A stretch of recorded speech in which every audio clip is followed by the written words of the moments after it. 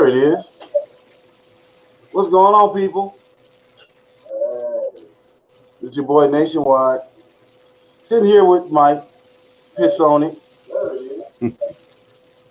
What's going on, people? What I'm going to do today is I'm going to play a video that I've tried to play before. It's a mermaid video. It's gotten a little bit of blockage, but knowing Gun Squad, we do what we do. We're gonna make shit work. We're gonna make shit happen. So if there's anybody who wants to join the panel for the video, go ahead and let me know so we can go ahead and get you on here. You got the link, or if you need it, I can send it to you. What this video basically is it's about mermaids. Do you believe that mermaids exist? Do you believe that they're just a myth? Do you believe that it was something that, just out of somebody's that just popped out of somebody's brain? Um, Me myself, the reason why I believe that there's a possibility in mermaids is because we've only discovered maybe 8 to 12% of the ocean, and you're going to try and tell me that we know At everything that's most. down there when there's another species. Right. There's another species, like, there's like multiple species, discovered every day. But we're supposed to say that Well, we already know what's down there. well, Go how in the ahead. fuck else down there when we ain't looked at it, and there's always some little bit of truth said in the myth. Right. So, But right. Well, before we get started, I want to go ahead and shout out the people that I see in the chat. I would love to go ahead and shout out. Let's go ahead to the beginning. We have Barbara Placence. Thank you. Brutally Lauren, thank you for showing up, lady. We have Unfazed Jules. What's going on? How you doing? Let's see. We got Conservative Colin. We have BDK in the house. Black Dragon Kabuto, how you doing, brother? Thank you for showing up, brother. Metal Mama, how you doing, lady? The OG. Let's see, who else we got in here? We got Gloria Lucas. How you doing, Gloria? everybody Gloria, make him if you take want the to shirt join off the chair. No, I am not. Gloria Lucas, if you want to still join the panel, the link is in the Discord. There is room, man. Let's see. What's going on, Scooby Doo? That's my boy Scooby right there. John Semini, how you doing, sir? I remember him. LaShawn, what's going on? Gun Squad is in the house. How y'all doing? Full effect, people. I'm going to give this another couple of minutes before I start it up, just so that we got John Rice in the house. Give it a few more minutes for whoever wants to join the panel to join the panel. I'll start this, 10 minutes after the episode. All right, go ahead, John.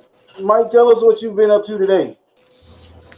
Oh, a little bit of everything. Y'all are gonna laugh at this. I finally got my Christmas tree taken down. Son of a bitch, a little late, ain't it? Yeah, I was just gonna leave it up another year, but then I needed the room,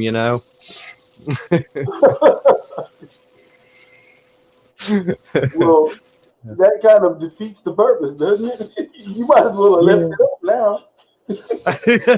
I know, right?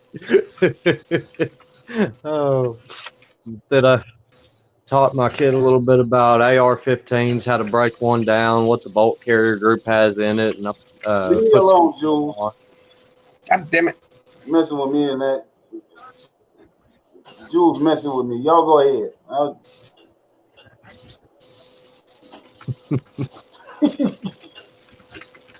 Jules, get him to take that damn shirt off the chair. No. Him and Kabuto got something in common. Mike, mind your business.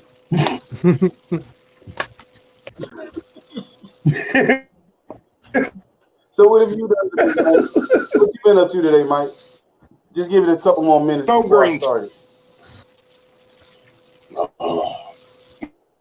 Went and helped the neighbor moose and send her fucking phone with screen.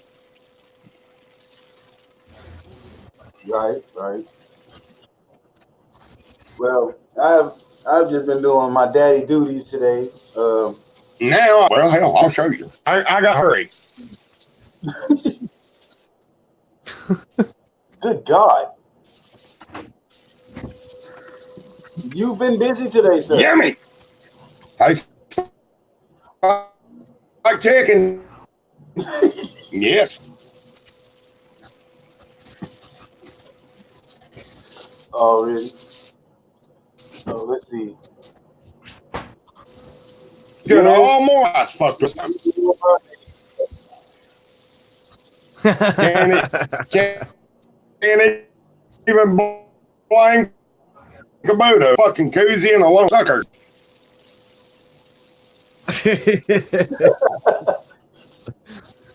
Shit, I done switched to water now.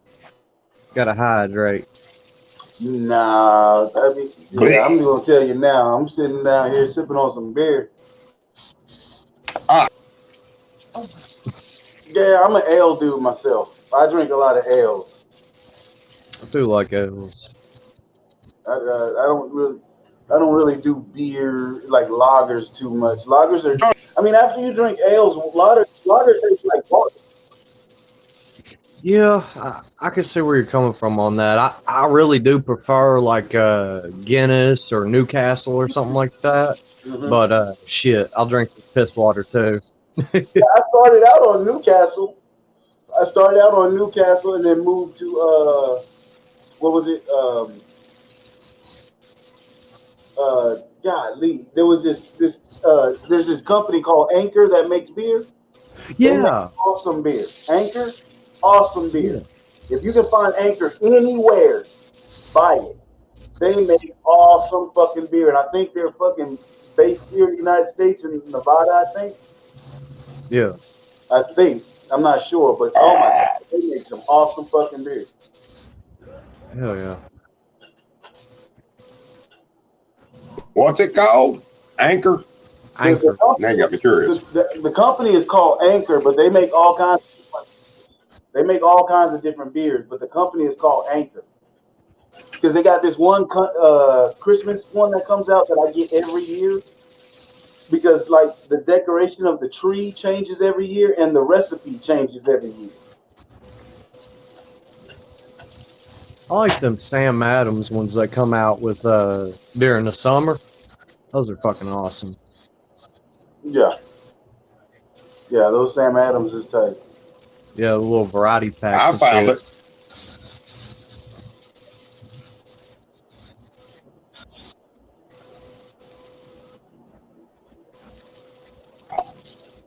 Oh, I bet John Rice is over there wanting a pumpkin beer.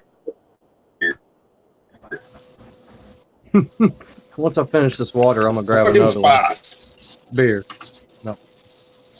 Let me know when y'all in the chat can see that right there.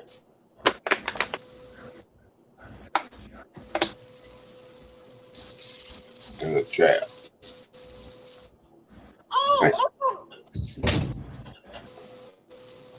You're a pain in my ass. You now more chat. I got too much shit. I'm not got you doing that. That's why I asked the chat. You don't want trying to be everywhere at the same time. Yeah, I don't think I can leave this and kick me off. Alrighty, there we go. All right, well, let's go ahead and start this off. Like I said, this is Mermaid's body found. This is the first one. What we're going to do is it's going to be a two-part section, everybody. We're going to watch the first part, and then I'm going to go ahead and cut it, and then we're going to jump to the second part after. And then after the second part, we're going to have the discussion. So sit back, enjoy. I will be pausing it every now and again so that the panel can address some of the things that's heard, and I will be asking questions. So if the panel will please help me keep up with the questions in the chat. That way that we can go ahead and keep it as interactive as possible.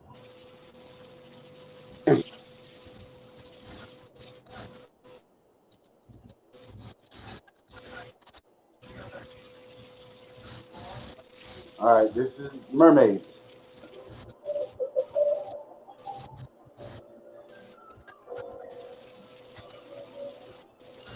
By the way, just so you understand.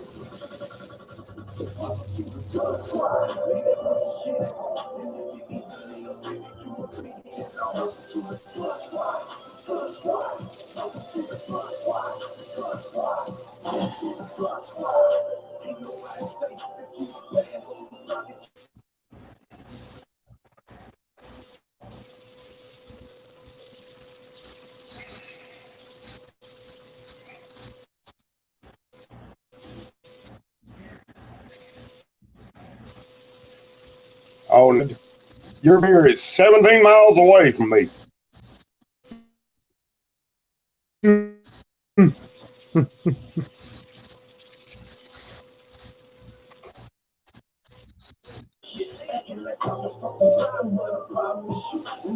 Hell to tell him, man.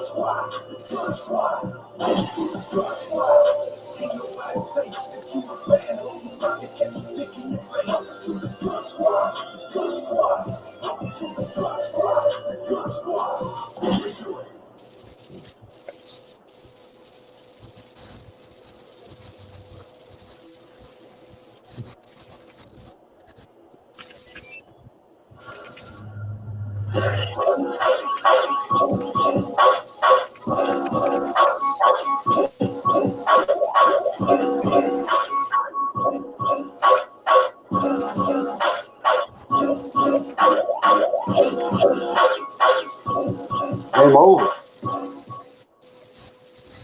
Are mermaids real? And if so, where's the evidence? 1 year ago, Jules, I forgot. raised the body found. Hey, Angel. Left people wondering How you doing there, sir? and more. I'm Sean Frankel, and in 2 hours, I'll be interviewing Dr. Paul Robertson, the lead scientist from the film You're About to See. We will share compelling new evidence that has come to light for the first time since the film aired. We'll begin immediately following this broadcast. So sit tight, stay tuned, and we'll see you in 2 hours. As a scientist, I was never a believer in conspiracy theories. I believe Al-Qaeda was responsible for the 9/11 attacks. I believe we landed on the moon. And I believe Oswald shot JFK. All right, my first damn question is why are they dressed up like hazmat suits and all that shit? Do what? Oh, okay. Well, that'll come into play at the beginning. What the hell shit to get? Yeah. This is just an intro to the video. It'll explain that in just a second. I'm gonna get past that and then I'll do the first pause. Oh, that's weird. So that's the first question I'd ask me. Where's your proof? Good. I bet I'm gonna try some. It's thought to be organic in nature and has never been identified. It's called the blueprint. In the early 2000s, it was proved. Is that better? Is that better? I can't see the damn chat, so I don't know. Some of the incidents, there were reports of something else washing up the way.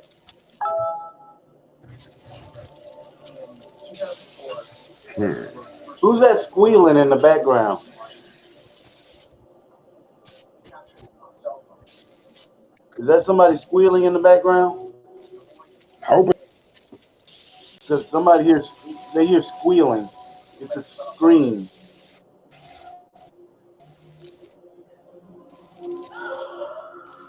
Not me. I'm muting it still. So I still hear it.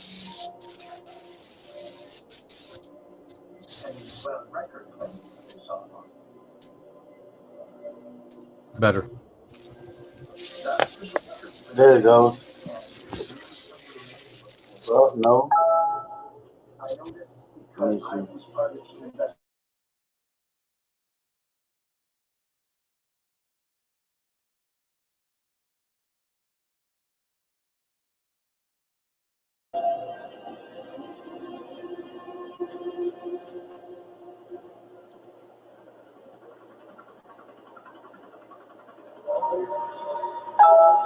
Eclipse Beach, Washington State, April 4th, 2004. Cited the largest mass whale beaching in United States history. Can y'all hear that? A Seattle-based research team from the National Oceanic and Atmospheric Administration is quickly on the scene to investigate the cause of Yes, sir. I can hear that. Researchers respect marine biologist Dr. Brian McCormick. In 2000, McCormick had published a landmark study that linked mass whale beachings to experimental Navy sonar weapons testing. It led to the program's suspension that same year.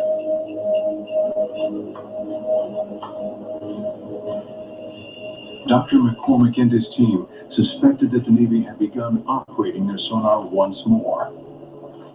Now, two members of that team have agreed to speak on camera for the first time about what they claim the Navy discovered but has never disclosed. I remember looking out over the dunes, and the scale was incredible. I'd never seen anything like it. My name is Paul Robertson. I was a research assistant with Dr. McCormick, working at NOAA for several years by then. Hi, Gemma. How you doing, love? The wind was so bad that it had driven everyone else off the beach, and a storm was coming in, so it was just us and the Navy. They cordoned off a section of beach, and there were guys in hazmat suits. It could have been biologists or medical staff. We weren't sure, but that got our attention. Brian was one of the first scientists to draw a connection between the mass beachings and Navy sonar use. He was the most experienced in these events, but even he had never seen anything like this before. Now I want to stop it there though, because I do want to talk about something that they are talking about right now, the Navy sonar and the sonars and all that other stuff. Do you know how many animals are injured every time they set off those sonars? And it's mainly those that are, like the dolphins, the whales, the mammals that use the echolocation. Yep, and bats too. Yes, and so when you see a mass beaching like this, can you just imagine the size of the blast that they shot into the water at that point in time to have beached all those whales that you just saw on the screen? That is crazy. But one thing I'm wondering about is it more along the lines of the mass of the blast, or is it more along the lines of kind of like, how do I analogize this? If for those of us that are sighted, if someone were to take one of those high power LED flashlights and put it on strobe and put it in our eyes, how we'd be disoriented. Because instead of so much using their eyes for long distance travel, dolphins and whales and stuff, they use the echolocation. And if something were to screw it up, they'd think they were going the right way because of the feedback they're getting, but they'd be, headed towards the beach and not know it. Okay, well, see, the way you have to look at it, I mean, your analogy isn't far off, but the way you have to look at it is like this. If we were to use eyes, you have to Mhm. think about it like this. Say like somebody flashed not a light in your eye, but a laser, something that's actually hazardous to you, because Yeah. that's what they're doing to them.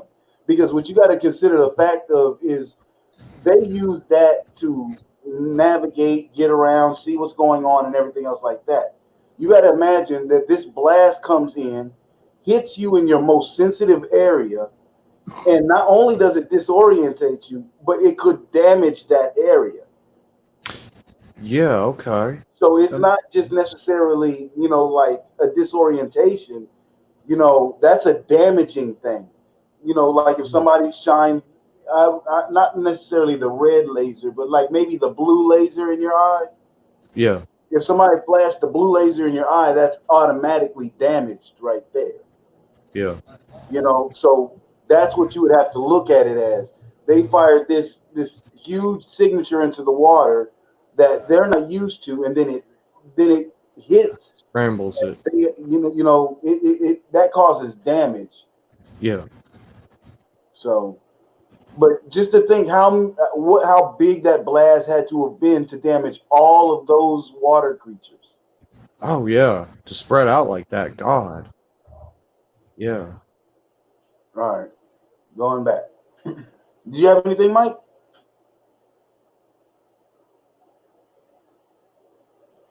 No.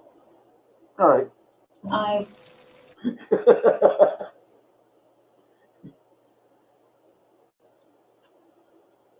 I'm trying to figure out what this. Rebecca David. Nah, brother, I'm trying to figure out what's wrong with this fucking mic. Oh, okay.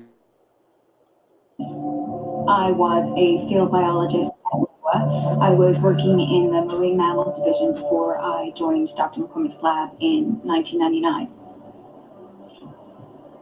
Blood was visible coming from the ears of the whales. We had never seen that before, where every whale was bleeding from the ears. This meant that they had all suffered some kind of major internal trauma. We took multiple organ tissue samples and we were going to study those under the microscope to determine cause of death. We packed up as quickly as we could, but Brian wouldn't leave. He wanted to get as many samples as he could because he wanted to know what the Navy was doing out there. After the Navy left, we went down to where they'd been working, and none of the animals had been cut open. They hadn't been autopsied. We had no idea what they would be doing down there.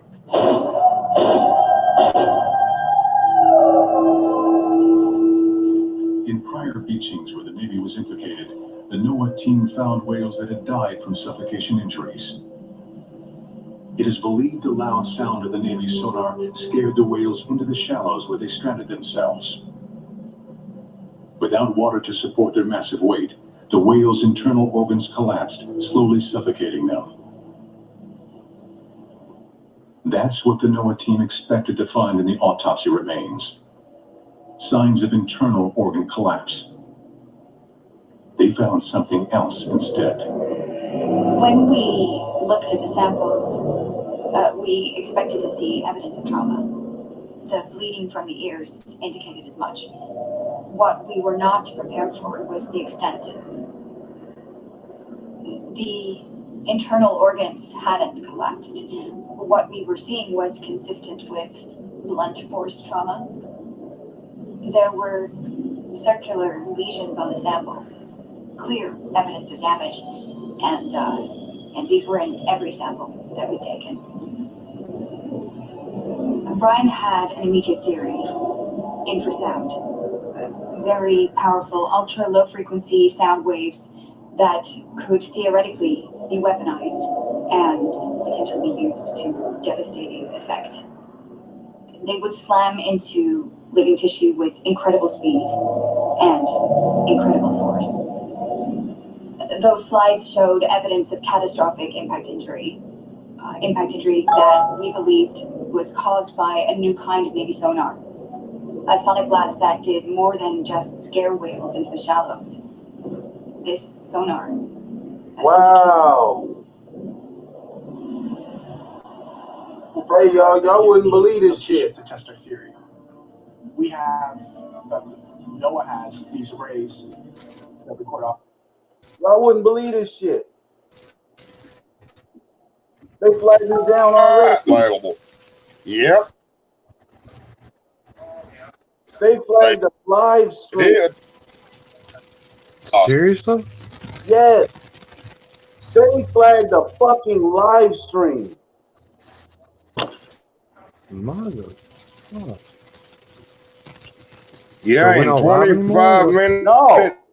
and 26 minutes. No, it ain't. Damn. They took a fucking live stream down. That's bullshit. Damn. Uh-oh. It just popped up.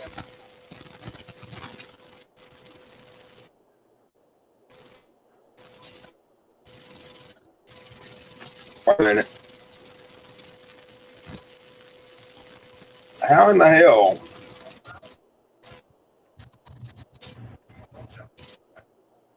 Mine still says live. Do that 26 weird video. That's minutes and 50 bullshit. seconds and counting. Yeah, because I can stay live, but nobody else can see it. Oh, okay.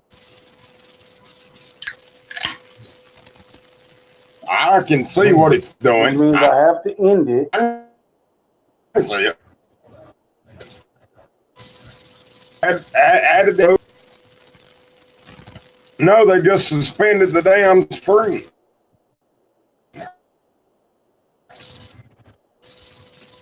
Damn.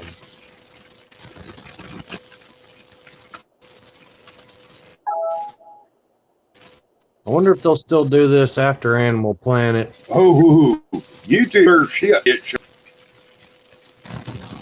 Man, this shit is getting on my goddamn nerves, man. Yeah. It's back. They got me in the middle of a live stream. I'll have to mute because my damn.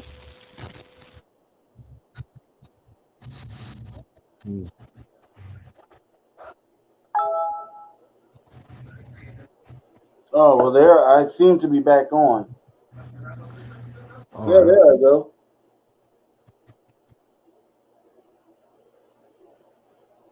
So let me know if y'all can see me on there in the chat.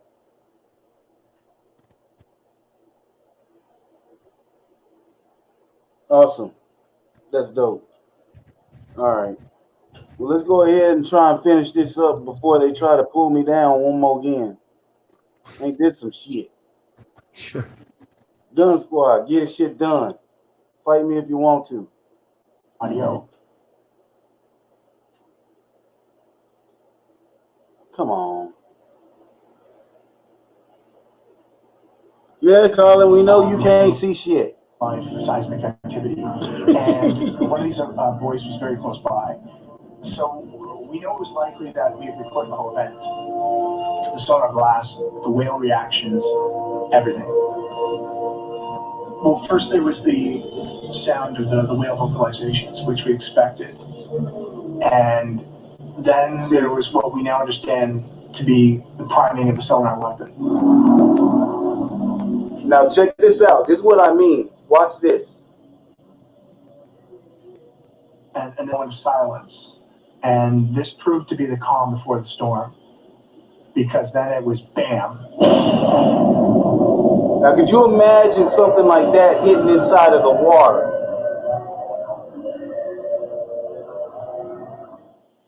It was pretty awful to listen to.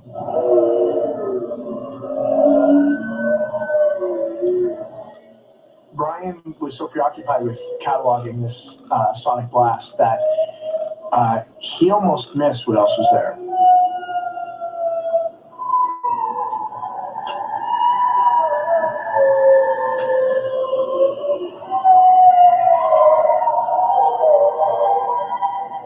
Now, what you do understand is what you're hearing is pain. That's pain, what you're hearing. Yeah, it sounds like cries of pain. That's not normal shit. That's not like, I mean, that's what I mean when I say, can you imagine what kind of a blast it had to have been for all of those whales to beach themselves?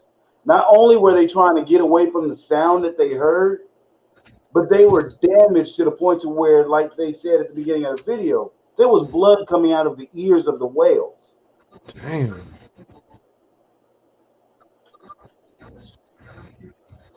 Yeah, like Barbara said, it's the equivalent of setting off an ultrasonic bomb in underwater. Same thing. Same thing.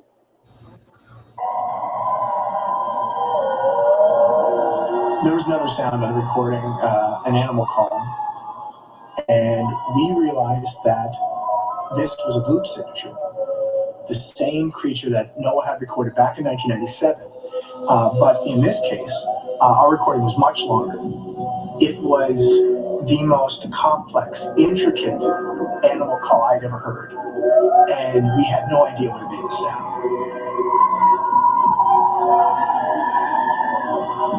All we knew was that a creature that had only been heard once in human history had just resurfaced.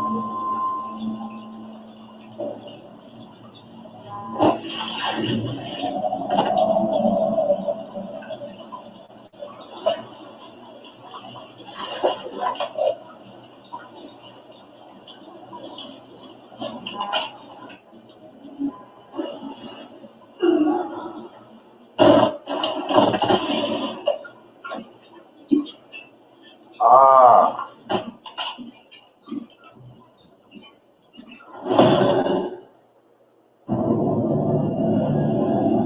I've seen the footage that was supposedly taken in Beaufort. I don't know if that particular video is real or not. It doesn't really matter. The Navy keeps a tight grip on all classified information, but even they've come to realize that no matter what they do to prevent it, there will be occasional leaks. It's back down. And when there is a leak, they've learned how to control it. It's no surprise that the Beaufort video was immediately branded a fake. The Navy tells us it's not. Yep, it's back down. Son of a bitch again. Yep. You know, what part of... I know what it is. I think I know what it is. Oh, yeah? What part of fair use don't they understand? Logo in the corner. That's what I'm getting rid of right now. Oh. I thought That's what so. I'm getting rid of right now.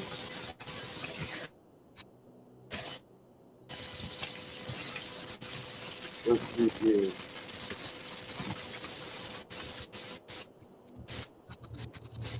Hell, if you could just put a black square or something over it. That's exactly. I'm about to do this right here. Let's see. Download. Dang. Yeah, it's back up.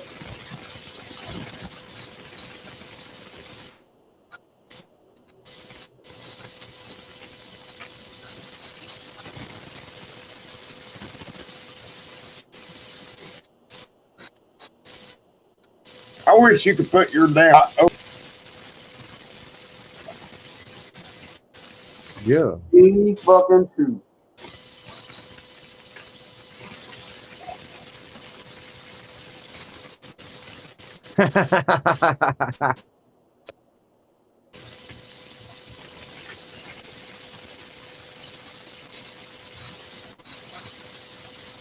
God damn it.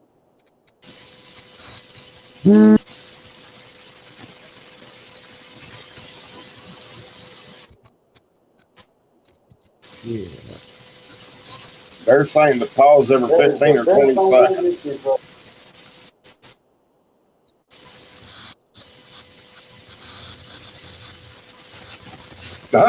Nice. Well, that's what I'll do too. What the hell just happened? Oh, okay, I see what just happened. Well, one of the services you provide is giving people something to talk about. Let them talk. It makes them happy. It makes them feel. I see what just happened. God damn it! Fuck them. I know.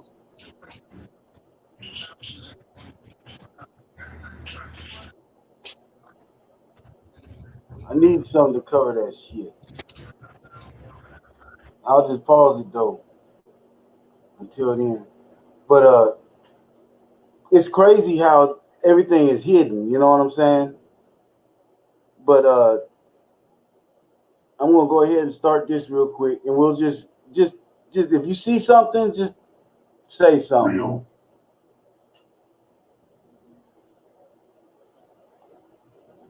I'll get this fixed here in a second. So it's not real. Whenever a leak happens, the military has a way of using its influence to make the general public believe what they want them to believe. What I can't tell you is that I've seen a creature in the Navy's possession. We took it after the first test in Washington State. I was on the beach that day, but we weren't the first ones there.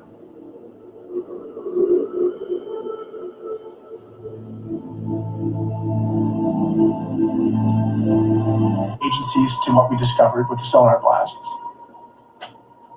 And we begin hearing about other things. This is the thing. This is the part right here that is kind of crazy. Rumors of something else washing up with them. And in every case, there was always authorities on hand to control the scene. But at the time, we just wanted to stop the beachings from ever happening again. In some of these events, not only were there reports of bodies being found, but something else. These had been reported before. Not bodies, but spears. For years, deep-sea fishermen all over the world have found them. Found them in fish, caught in the open ocean. German news archives contain an interview with a fisherman who had it. So just off of that little part right there, you can tell that something is being done and they're actually not trying to tell you everything. Because anytime that, of course, when it comes to like the government or something and they show up and you're not allowed around there, but then when you go there, there's no fucking trace of anything that they've done. I mean, come on now. I mean, everybody knows that something was there that wasn't supposed to be there. I mean, that's just off top. But at the same time, people can go ahead and look at that as a conspiracy theory. But at the same time, being the military, being prior military, you have to understand that type of shit is necessary. They have to do stuff like that because if we had a mass people, okay, let's just say that mermaids were discovered and found. Do you understand what that means to the human race? That we are not the only,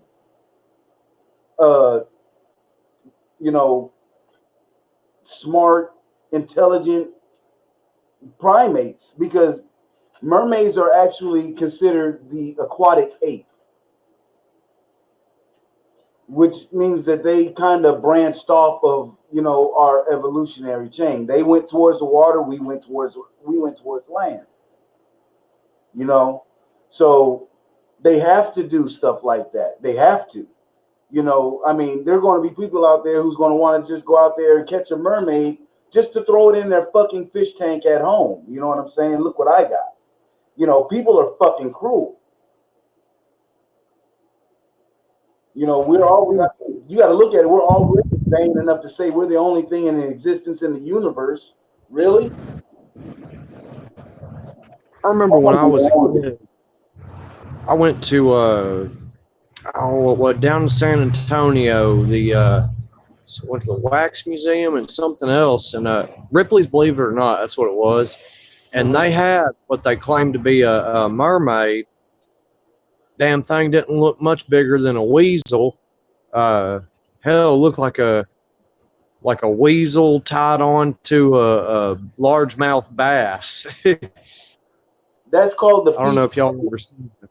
That's called the Fiji mermaid. The Fiji mermaid is basically a fucking a monkey torso Mm-hmm.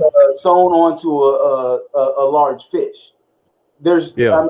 the Fiji mermaid is a real thing, but it's something man-made and created. It's not Yeah. something that you can actually find naturally in the water. Yeah, like a jackalope. Yeah. So,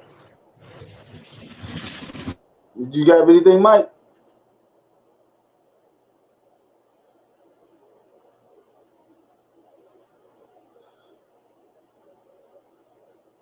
own Come on, play. experience with this strange phenomenon. Mein Name ist Hans Bauer. Ich bin im Hafen von Sutridge aufgewachsen. Ich bin schon ein Fischer mein ganzes Leben. In den 70er Jahren aus Y'all got to remember that they've been talking about seeing mermaids for years. It's not just a recent thing. It's centuries and centuries. Da haben wir öfter so Geschichten gehört, ne? Komische Geschichten, auf was Leute in Fischen gefunden haben. Ne? Bloß, ich kam nicht daran. Ne? Ich musste warten, bis ich wirklich auf Tiefwasser in dem Bernhole war. Und da haben wir gefischt und da wurde ich plötzlich selbstbewusst darauf. Da haben wir gesehen, They got videos of people pulling these up and nobody ever getting to see them because, they wanted to auf einen censor it. Trip habe ich meine Kamera mitgebracht. Ich wollte Fotografie machen vom Walfischen für meinen Sohn. Auf denselben Trip, wo wir die Netze da rausbrachten. In einem Netz, da war was, hat sich so komisch bewegt und als wenn es so rausklettern wollte. Und ich bin ganz schnell gegangen, habe meine Kamera geholt und ich habe das Bild genommen. Ich glaube, hier ist was die Speere macht. Ich glaube, wir stören hier jemand. Now, did y'all see what was in the side of that fish? They literally had there was a spear in the side of the fish, and they are miles and miles out to sea. What speared that fish?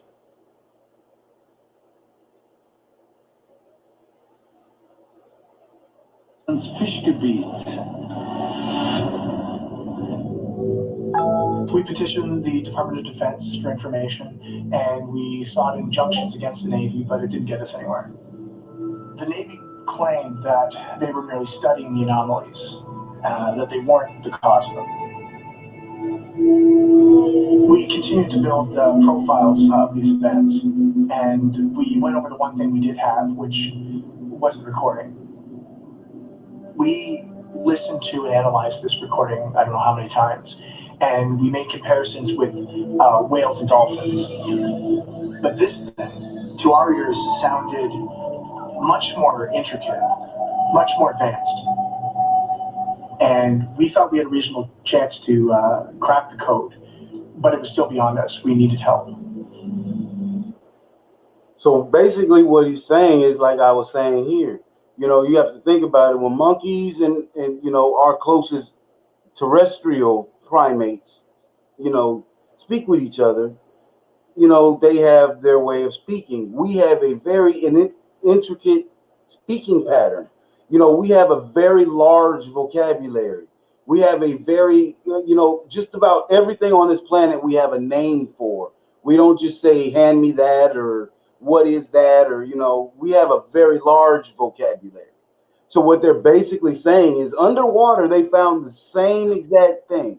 They found a group of marine life in which has a very intricate speech pattern, which means that they have a lot of different sounds, a lot of different clicks, squeals, things like that, just to talk about what just happened, and they are trying to figure out Where like the where it's coming from. well, that annoys the Yeah, fuck kind out of. of me because humans are stupid, and they'll hear this thingamabob. Motherfucker, please tell me what you're talking about. But then again, you know, Eskimos have something like I don't know, 40 different words for snow, and it each describes a different kind. You'd think that something aquatic, and maybe this is what they're going to find out if they ever uncode it, is that maybe they have, you know, if these things exist, they have 40 different words for types of waves. Right, right.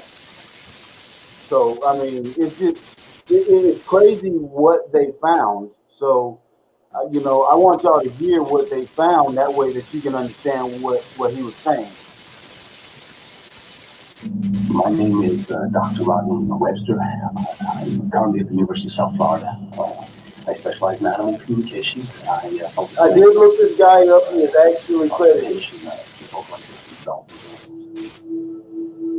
A lot of what I do in my work is that I search for signifiers, which are, you know, particular sounds which can attach meaning or mood. You and I would refer to them as words, as they words with dolphins.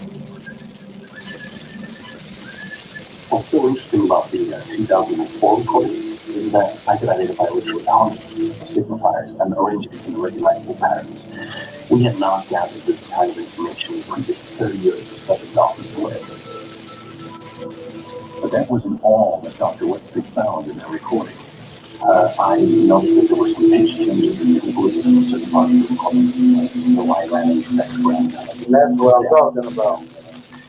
Frequencies that were above the range of speed. And this is what I found. This is it at the original speed. The whale sounds removed. I then slowed the recording down until a key area. Here it is, 1/3 of its original speed.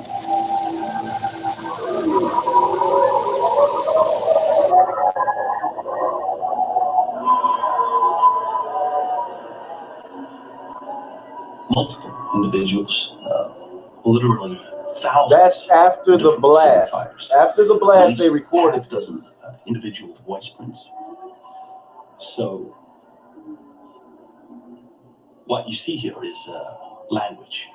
They're talking to one another. So that's what I meant when I said that there's like it was said in the chat. Barbara said it. Everything has a unique way of speaking to each other. Here, you can actually see something in the water, and it's not monotoned like dolphins and whales and stuff like that. The pitch changes. There's different sounds. There's clicks. There's actual different. There's an actual different language going on right now underwater, to the point to where they don't understand how, because they haven't found any animal that can speak with that, in that variety of language. Everything has its place. This is, so that's what they're trying to say is the aquatic apes language there.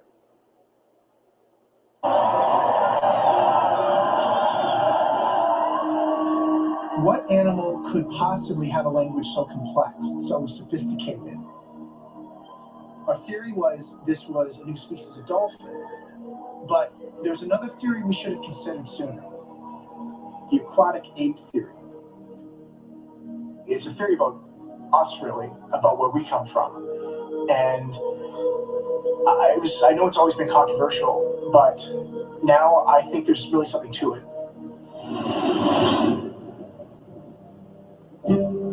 Why are we so different from other terrestrial animals? According to the theory, it's because there was a time when early humans spent much of their lives in the sea. And the traits that make us so different from other land animals are a legacy from this period. We can control our breathing like marine mammals and hold our breath longer than any other land animal. The human record for breath holding is nearly 20 minutes. That's almost as long as a dolphin can dive. Compared to our closest relatives, the apes, we have a much more flexible spine. And we have partial webbing between our fingers and toes that they don't have. These are features for an aquatic environment. Why have them unless to help us swim?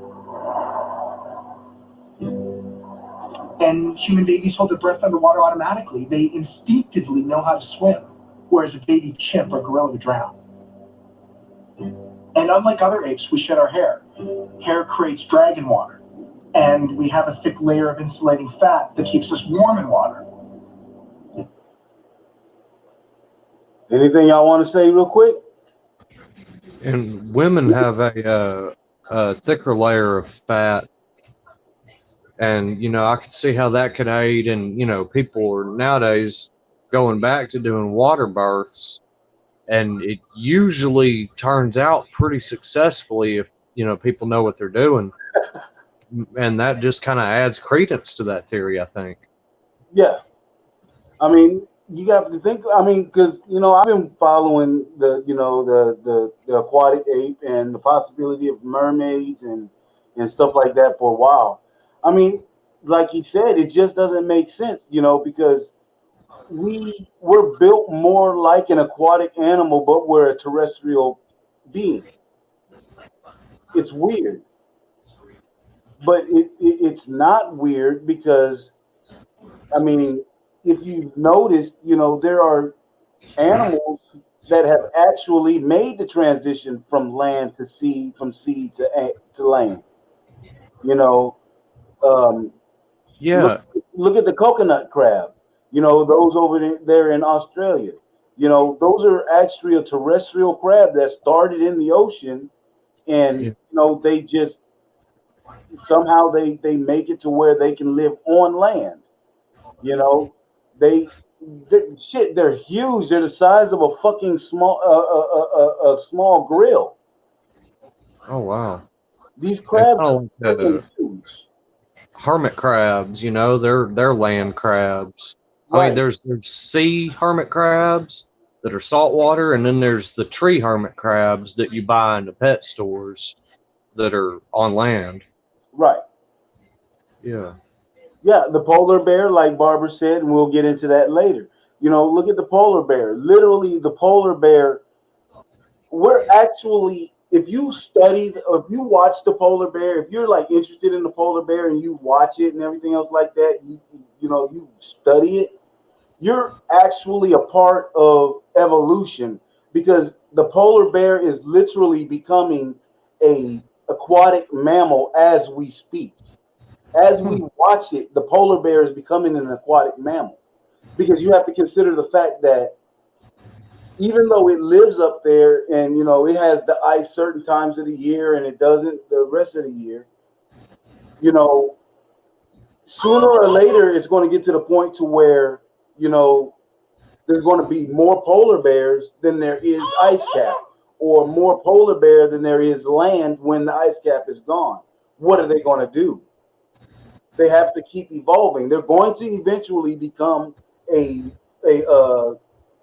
aquatic mammal. Eventually, the polar bear will. It's already partially.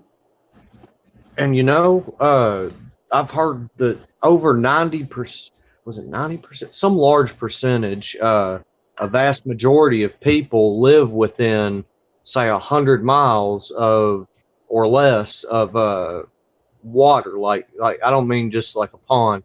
I mean like the coasts and bays. That's Yeah, where your larger population centers usually typically are, or at least start. yeah. And I mean, yeah. if you look at the United States, and I'm using that for example because most of the people in here that I know are from the United States. Look at the United States, or even any other country, for example. You have the highest dense population around the coasts or Mm. within 100 miles of the coast.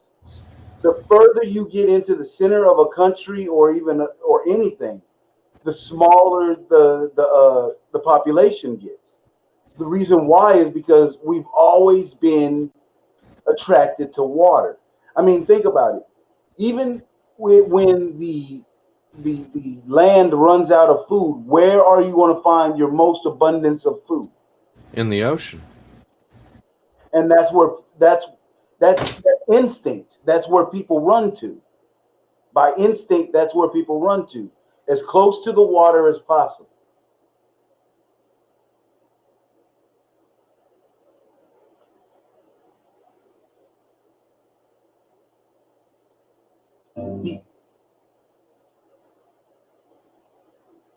I wish you would stop doing that.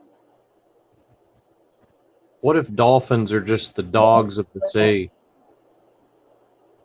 Well, I would say it would be seals because they're literally more dog-like than dolphins are.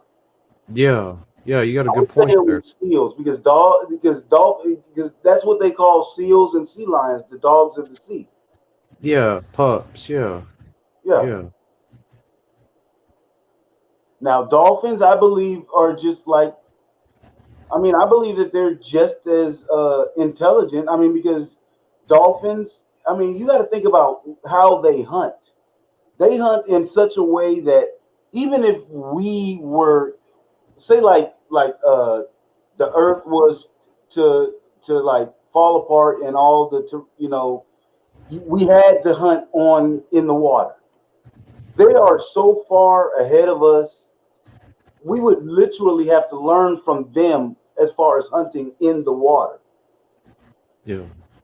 I mean, because they they know how to round up the fish. They know how to keep it to where when the fish are round up, you can go ahead. Yeah, you go ahead and attack. We'll keep them in place. You know, they'll push them all the way up to the break of the water to where they have nowhere to run, and then they'll just sit there and circle them, and they'll have one underneath to where they can't run. Like I mean, shepherds of the sea. right. I mean, and they learn this off of just pure instinct. That's what dolphins did. They learned that off of pure instinct. I wouldn't say that they were ever a pet in the water. I would have to say that they were necessarily a force to reckon with. They are a force of nature. Dolphins in the water are a force of nature. Yeah, even more so than apes on land, it seems. It sounds like it. I mean, because they just know how to get it done. Yep, they hunt in packs just like wolves. Exactly. Animals born with as thick a fat layer are exclusively marine mammals. Some humans are so well adapted for life underwater that they still hunt at the bottom of the sea, walking across the ocean floor. The Moken people of Southeast Asia can contract their pupils at will to control for water distortion. They actually see underwater as clearly as if they were wearing a mask. And in some places in the world, humans are still so proficient in the water that they can catch fish without hooks or nets. All these adaptations for life in water, but we lack adaptations that are commonplace in other land animals. We shed salty tears and sweat. Salt and water are valuable resources. Other land animals have efficient ways of conserving them. We don't. Why? Because part of our evolution took place in the sea. Now, this is all theoretical, but the land to sea transition has happened before. It's documented science. Orcas have evolved from a wolf-like ancestor millions of years ago, and there are more recent examples. 150,000 years ago, a fractional amount of evolutionary time, a group of brown bears split from the rest of their line. They evolved into a new species. They became polar bears. Polar bears are capable of holding their breath for minutes at a time underwater. They've even developed webbing in their front paws to help them swim. They are currently, before our eyes, evolving into marine mammals. And if this is happening to polar bears now, why couldn't this have happened to the human line at some point in our evolution? And see, that's what I was talking about when I said that it happens all the time. You know, orcas are actually descendants of fucking dogs that actually went to the water. And it's scientific proof through DNA. Not just like they said, hey, I think this used to be a land animal. Through DNA, orcas are related to wolves.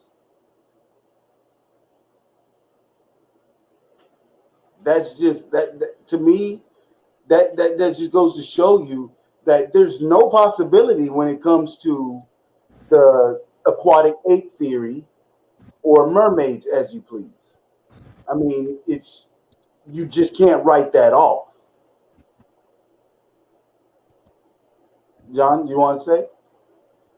Yeah, that's one of the things about the ocean. It's so vast that I mean, it kind of parallels with the whole Bigfoot thing. There's so much land, and there's not as much land as there is water, but there's so much land that there's still places that human beings have never been able to traverse into, and which lends credence to there may be Bigfoot because there's a lot of places we can't go that someone more adapted could.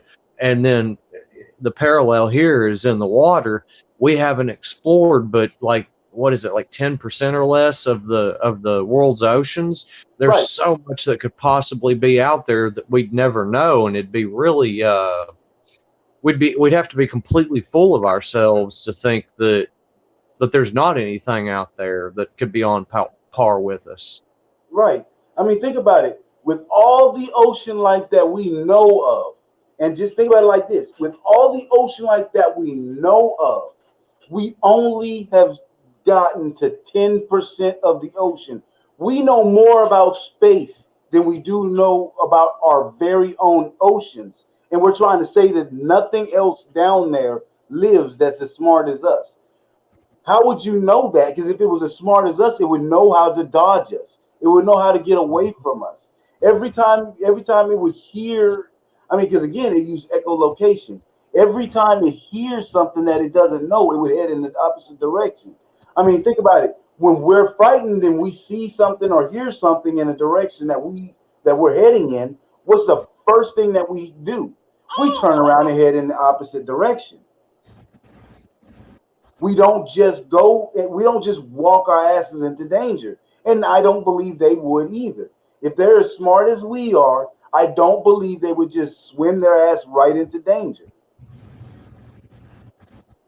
I agree. I mean, that's just what I think. I mean, that's So just my 100%. opinion on it. Yeah, like Deplorable said, I think it's like 5%, maybe Yeah. 5% of the ocean. It's between 5 to 8%.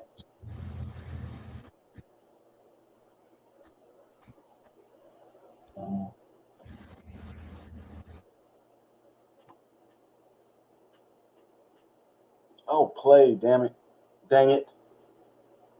Could we be descended from a group of apes that were once becoming marine mammals?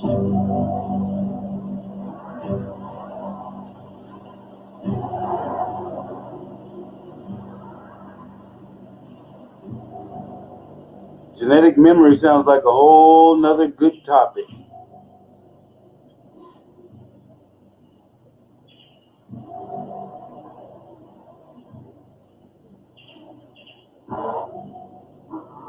Some scientists believe our ancestors left the forest for the sea.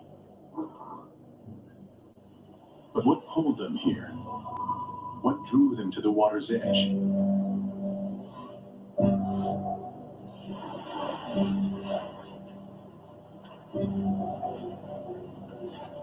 It was food.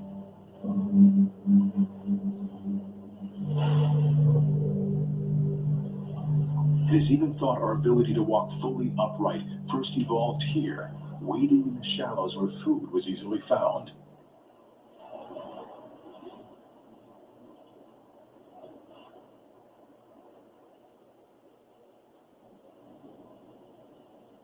The trees had been our cradle, but now we would be shaped by the sea. Over time, more human ancestors collected along the shoreline. It is even thought that this is where our advanced intelligence began to develop. Yep. Brain-building nutrients like iodine and fatty acids were abundant in the crustaceans and shellfish that could be gathered here. Yes, sir. We were beginning to change, and so was the environment.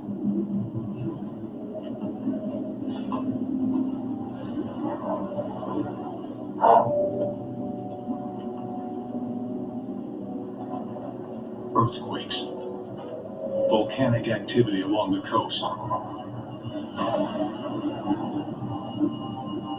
The East African coast would soon be flooded over by a rising sea.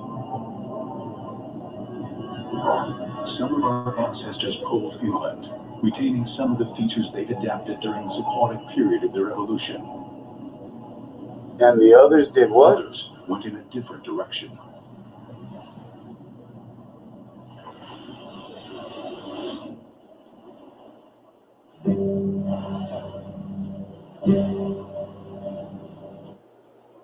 Now, before we get into that, does anybody think that that's impossible or not quite likely? I would love to know. Does anybody think that that's not quite likely, or is it possible? I think it's possible, but something else that kind of complicates the picture is if you take into account that there was interspecies breeding going on. I don't know what exact timeline, how many years, but probably over 1 million, or at least over 400,000 years. There was interbreeding going on between Homo sapiens and Neanderthal, for example, and then some other Right, the Homo erectus and all quasi-human those. Yeah, I got you. species, and then through that, what survived genetically gave us traits that we wouldn't have otherwise had. And so when you factor in like that, how many undiscovered species that there are that we could have possibly been close enough to breed with, that kind of throws a little extra twist into it. Yeah. Well, it just depends on what the missing link is, because some people think that the missing link has something to do with the sea. Some people think that the missing link has something to do with like extraterrestrial. I mean, it just depends on what the missing link is. It could be anything, nobody knows. Or it could be all of the above, just the globe's so big and human population so diverse. You've got more Neanderthal blood in diluted down in Asian and European populations, Right. whereas different people in different places in the world would have had different opportunities to breed and adapt through both breeding and environment. Right. Exactly. And that's what I mean. There's so many different ways that our evolutionary chain could have gone to get to where we're at. I mean, it could be a mixture of all of everything that we just said, plus more or something else, and we wouldn't know. So that's just the way I look at it. It could have been just anything. There's a lot of things missing out of between in our evolutionary chain that if we got the answers to, I don't believe a lot of people would be ready, because a lot of people are just so stuck on believing that let's just put it this way. I do believe there's a higher power. I do. But then at the same time, I'm not going to say that the higher power didn't design for all the different evolutions. I'm not, because everything happens for a reason.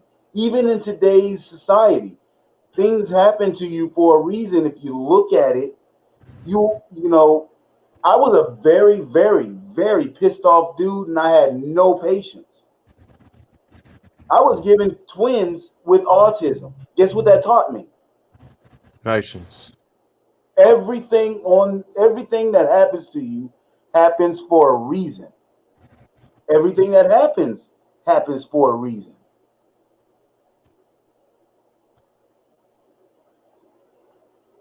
I think Mike dropped off.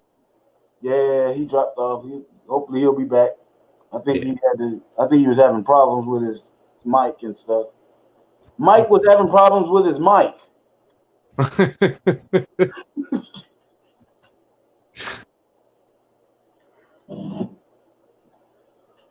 But yeah, that's just what I think as far as that goes. Sounds reasonable.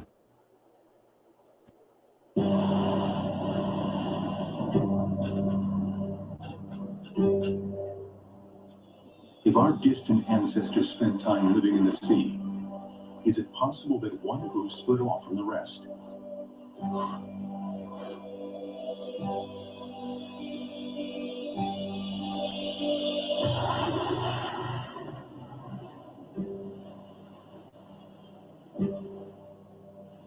And rather than retreating from the water, did they go deeper in?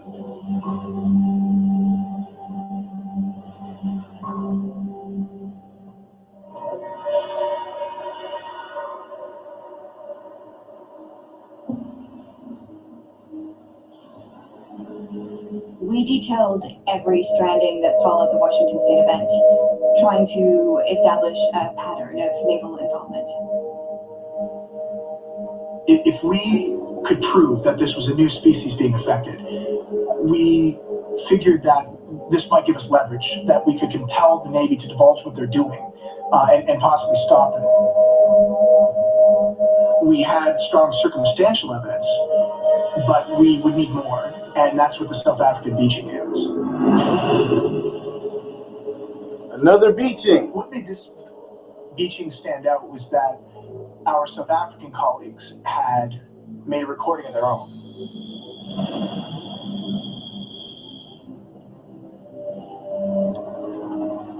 Well, we of course had heard of the work of Dr. McCormick. We'd heard the reports linking large-scale beachings to sonic events. Yeah. And we'd also heard the rumors that such an event may have affected a species as yet unidentified to science. And of course, we heard of the bloop recording. My name is Dr. Gavin Dittmar. I am the head of acoustic research at the Marine Biology Research Center at the University of Cape Town. Whatever. She was the biggest since the Washington State event, Right. and here Still again, we were seeing the exact same patterns of sonic trauma.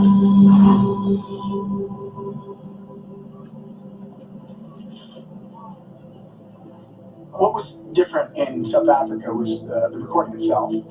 Here we had another bloop signature, the same mystery creature that we had recorded. Now, for anybody that doesn't understand what the bloop is or came in late, all the bloop is a sound that they have never heard before. It was an unexplained sound. It was a signature in the water that they haven't heard before.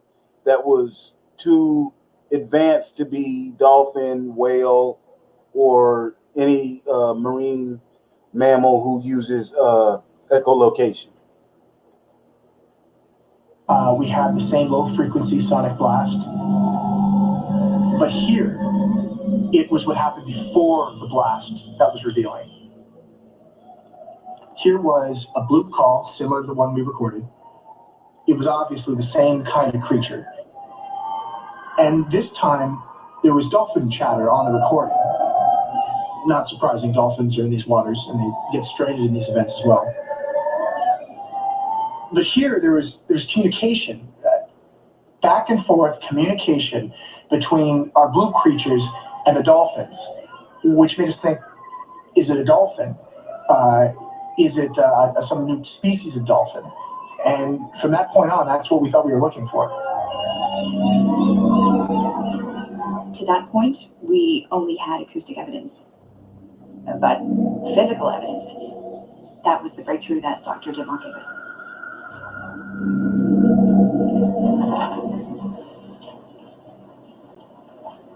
It's a great white shark. It's not the shark. It's what's in the shark.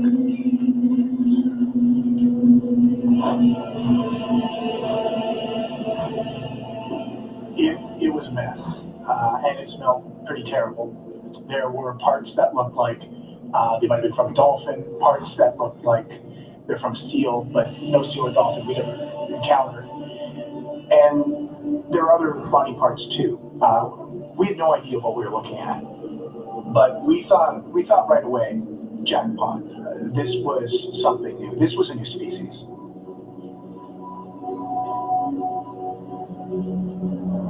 There were puncture marks around the shark's gills and mouth, and I initially thought these might have been injuries sustained when it was gaffed to the side of the boat. But I probed one of them, and I found a stingray barb inside. Now, this could have come from a stingray defending itself. Sharks eat stingrays. Hammerheads do. Tigers do. Yes, they do. I live in Florida. I know they do. So I kept the barb. I thought it might be something I could publish in a journal or something. I just thought it was interesting. Now, where do you think they're going with this, John? Maybe they'll find out that it wasn't what they thought it was. I mean, think about it. You know, they said that they don't know what the hell is inside this damn animal, but whatever it was, apparently fought with this damn shark, and there was wounds all around the shark's mouth. Think about it. If you're getting attacked by a shark, let's just say your mouth, your leg is in a shark's mouth.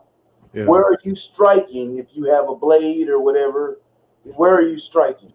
Well, I'm probably going to be trying to hit it in the eyes, but yeah, I mean, anywhere on the front end, you know, because you'll be panicking, you know. So if you have if you, right, I mean, the eyes, yes, normally the eyes. But if you can't reach the eyes, the first thing you're going to be stabbing for is the closest thing that you can hit. Yeah. I mean, regardless of whether you can reach its vulnerable points or not, if it's got you and it's swinging you and, you know, you can't, you know, because, you know, you got to think about it. A shark kind of attacks like a pit bull. When it hits you, it's swinging you. Yeah. So if it hits this creature and it's swinging this creature is going to swing for what? What it knows that it can hit. And if it has a hold of my leg, all I got to do is aim for my leg. Yeah.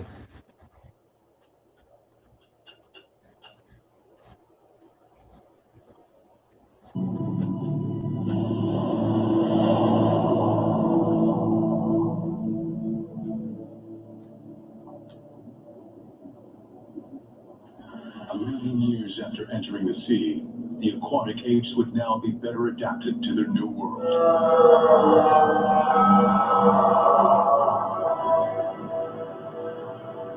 They've lost most of their hair and can hold their breath for minutes at a time. They're still learning how to hunt. They're learning by observation.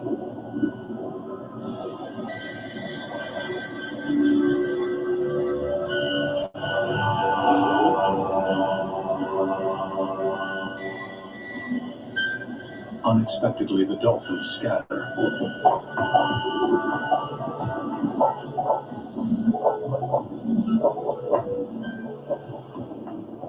For now, the aquatic apes must hide.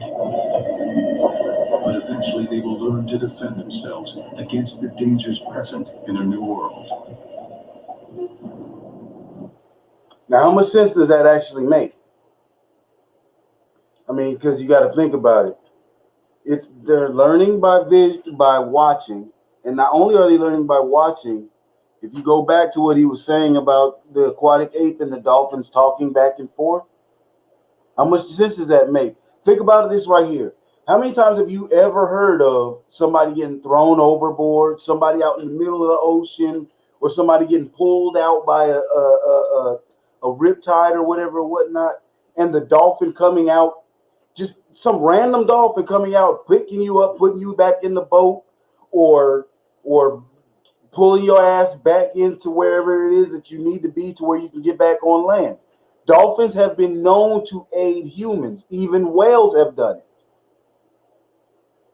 You know, so if they're so willing to deal with us and they have no idea who we are, they have to have dealt with something that looks kind of like us at some point in time for them to be comfortable with us.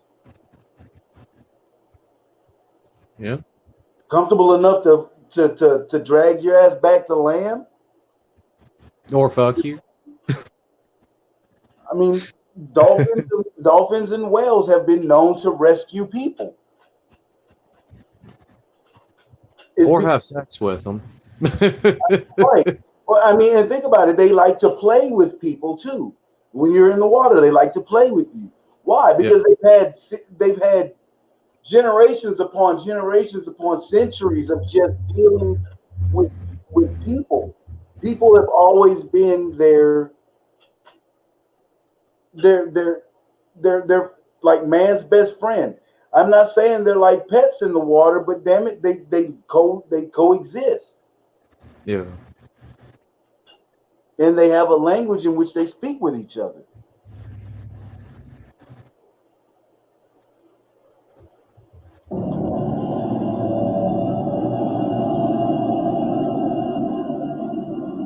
The first time the weapon was tested off the coast of Washington, it was a disaster.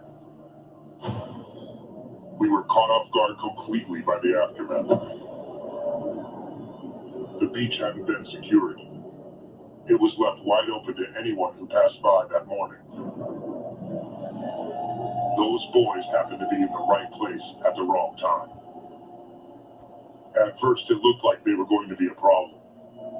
They refused to recant their initial statement about what they saw.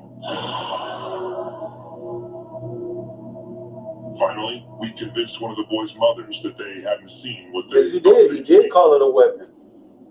People usually don't want any trouble when the military is involved. The mother was smart enough to make the boys change their statements. We kept surveillance on the boys, but they weren't telling their story to anyone. They kept quiet about the entire event.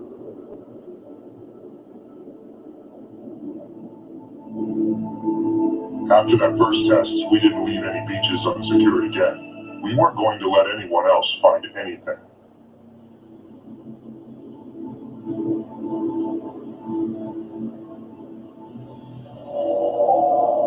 This is an actual recording from a cell phone.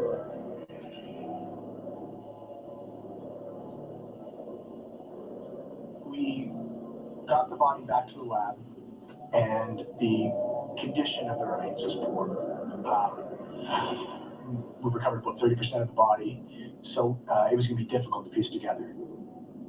The first thing we did was to take DNA samples to try and establish the genetic makeup. We started by looking at the rib cage, and it appeared to be hinged.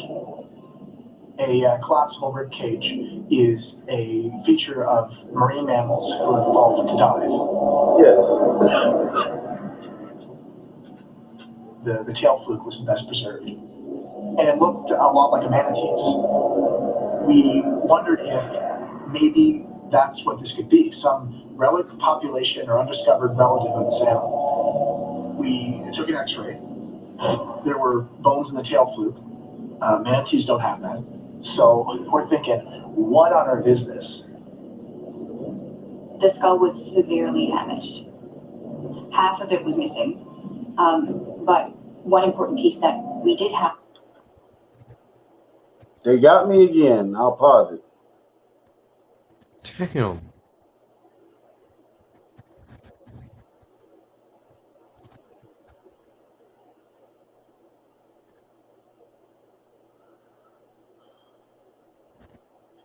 Well, while I'm down, boy, this shit is going to suck.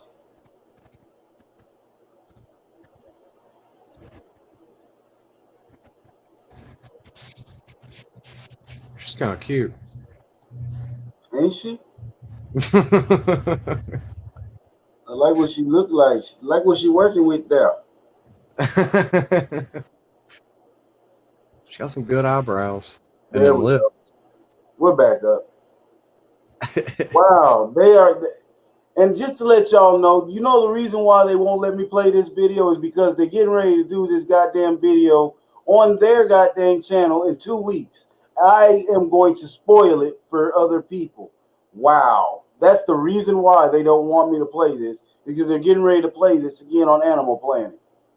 Well, it's not like, they didn't come out with this however long ago and they're just recycling old shit anyway. Right. I mean, that's freaking crazy. They really won't let me play it because of the simple fact that they're going to do it here in 2 weeks. 2 weeks away from now. Fuck them, they snooze, they lose. But do you understand that my video will probably be irrelevant by then? By the time they come out with it, they're going to have other people who want to watch the original copy. Yeah. People always want to see the original video without hearing a bunch of people talking over it unless they're part of it. Yeah, that's freaking crazy. Yeah, it ain't like we're giving away the ending to The Sopranos or Lost, or I should probably update that to something more current, but you get the idea. Right. And at some point in time, they're going to have to understand that fair use is fair use. I mean, literally, what am I doing that makes this not my content? I mean, okay, yeah, I'm playing your stuff, but there is literally a panel over it. We're speaking through it. We're talking about it, but they're still trying to flag it as if I'm just using their stuff. Intellectual property is a ridiculous idea. But see, what I found out is I was talking to another YouTuber that I used to watch. What they do is they do stuff like this because what you allow people to get away with is what they'll do. And that's something that I used to say. What they're doing is they're flagging it, hoping that I'll just stop the stream and just let it go and just let it go away. That's why a lot of people who flag stuff on YouTube know that I can't flag it down, but I can put a wrench in their game real quick. Yeah. So that's kind of what happens on YouTube. It's still fair use, but as long as I can go ahead and throw a wrench in their game, they might not want to do it anymore. Yeah, make it hard for you. Yeah, if I make it hard for you, you won't want to do it. That's basically what happens here.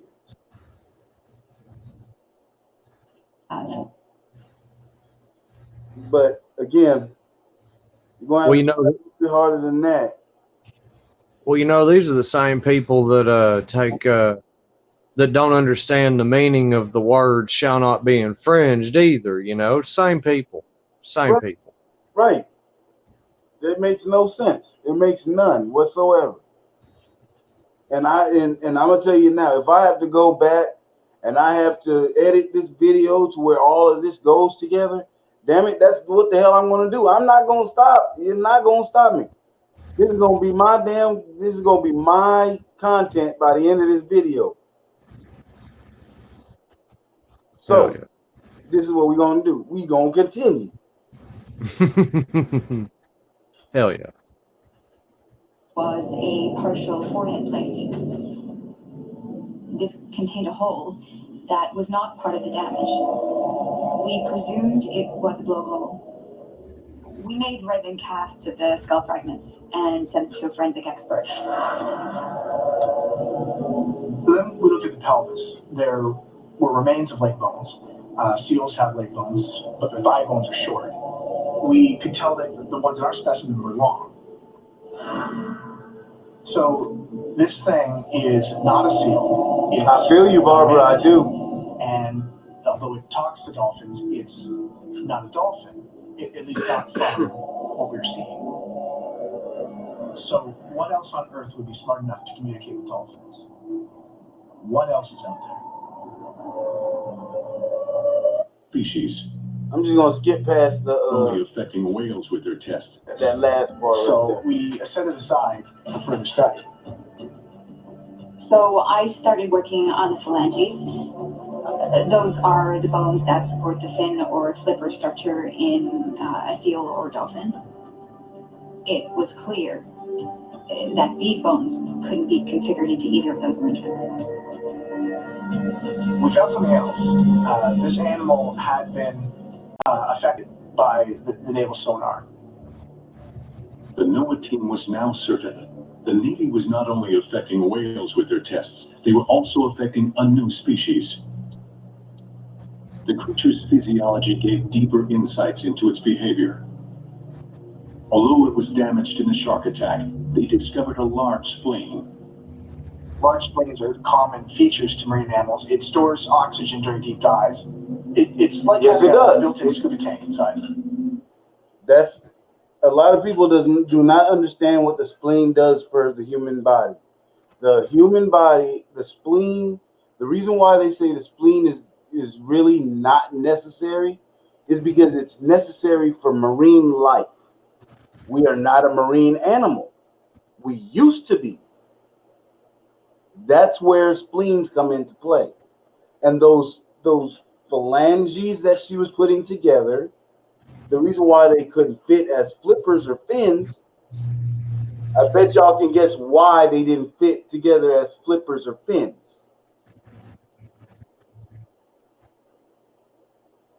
The only reason to have this adaptation is to dive deep, to hunt for food.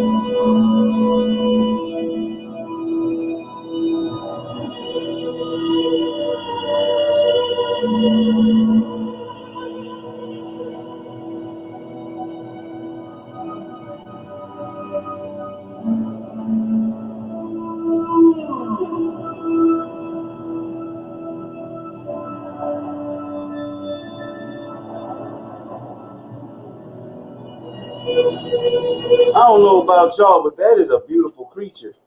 Just by what they're presenting here, I don't know about y'all, but that is a beautiful freaking creature. Just by the way the fin and everything else and the way it just comes together.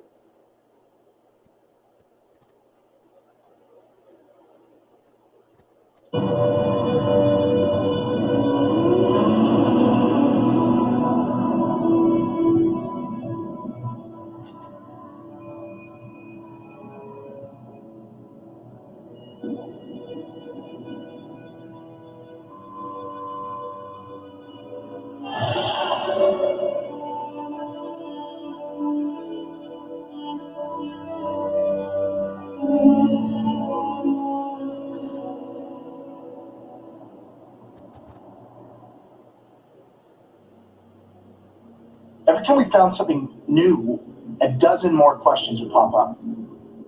Dr. McCormick invited someone else to take a look. The South Africans were taking so long getting the permitting to get the material out of the country that Brian flew him in.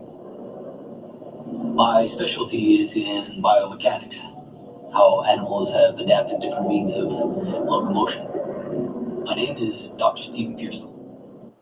Okay, so what he actually does is he comes in and he studies the animal behaviors. He studies how animals evolve. He studies, animals in their environment and how they adapt to their environment. That's basically what this guy does. He comes in, and what they're trying to do is trying to figure out if he would be able to figure out, how these bones go together because they can't figure it out. So they brought in a specialist of somebody who like if you live in a certain type of terrain, like the people that live in Africa that live under that volcano, that's a very toxic area but there are people, animals, and other things that can live there. But if you just wander there from outside of that area, you would actually die. You know, you would be poisoned by the groundwater and everything else. They're actually immune to all of that. And what he does is he comes in and he'll be able to explain to you why. Their physiology, their through their you know their the way that their bodies break down the stuff. You know, just a whole nother different scientist. That's basically what he does. Yeah, basically an anthropologist for aquatic animals, basically. When I got there, I thought, well, what the heck am I doing here? Because this is clearly a marine mammal. The tail looked like the tail on an animal that you find in the ocean. And it was only when we got the remains under the scanners that I realized that this was like no tail we had ever seen before. Looking at the hip structure, Dr. Pearsall recognizes something strikingly familiar. With humans, if you look at the top of your hips here, they have this high ridge. These are called the iliac crests, and they're designed to support weight. I looked at this creature, and it had similar crests on its hips, and that didn't make any sense until I realized that we were looking at these scans the wrong way. We were looking at them this way, when in fact what we had to do is rotate them. That is when it became clear that this. What do y'all see there? I see hips. I see hips. Oh wow, yeah. Those are hips of closer to what we look like than any other marine animal, and they pulled this from a shark attached to some fins.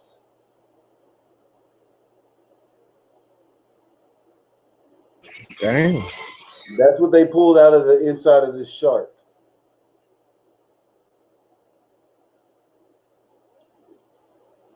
I know you ain't gonna sit here and go to sleep on me. Creature once walked on two legs. And there is only one animal that walks upright on two legs. That walks on 2 feet. And if this thing once stood on 2 feet, we realized. Hands. They were hands. Becky's discovery that this creature had hands. The discovery that this creature once walked upright on land like us because it was one of us. That changed everything. That bone had been worked on. It had been carved by hand. At the top where the notch was, that was meant to hold something. And we found fibrous plant material wrapped around it, which would have been designed to hold it in place. Like a spearhead. Like a spearhead, which is where they probably got the stingray barb from. So if that's where they got the stingray barb and they were finding, you know, spears with plant life wrapped around it, stingray barbs held in place. Come on now. What creature in the ocean with a fin could actually do that? You would actually have to have fingers to be able to do something like that. You wouldn't be able to create something like that with a fin. What was that? Yeah, and opposable thumbs too. Yeah, exactly.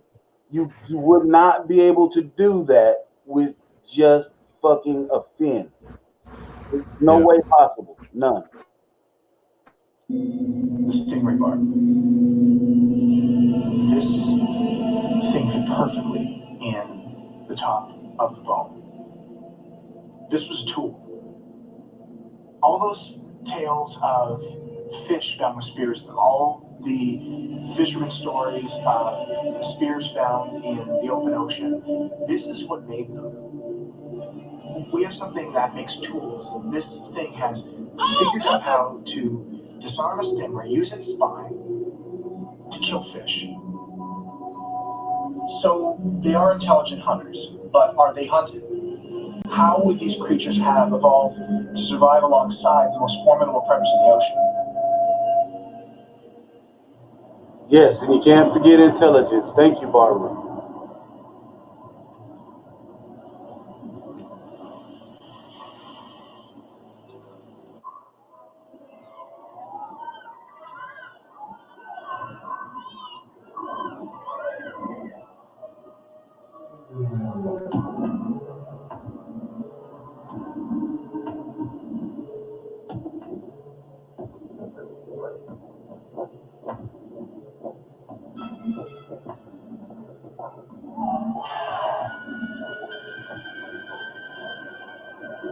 Aquatic quiz. Can somebody name that shark? Name that shark.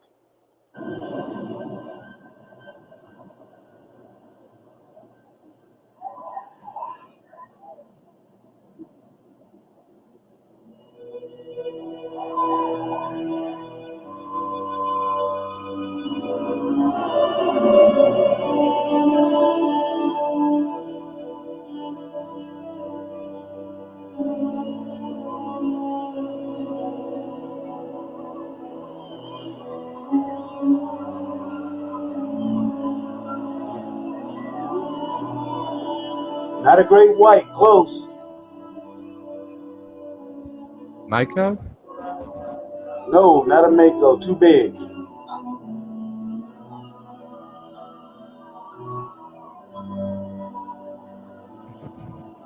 Bullshit. What shark can swallow a human in one bite?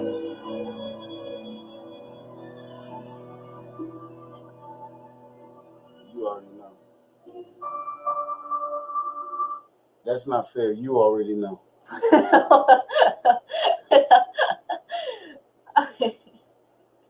The name of that shark, everybody, is a megalodon. That would be a megalodon, the largest shark to ever swim the oceans.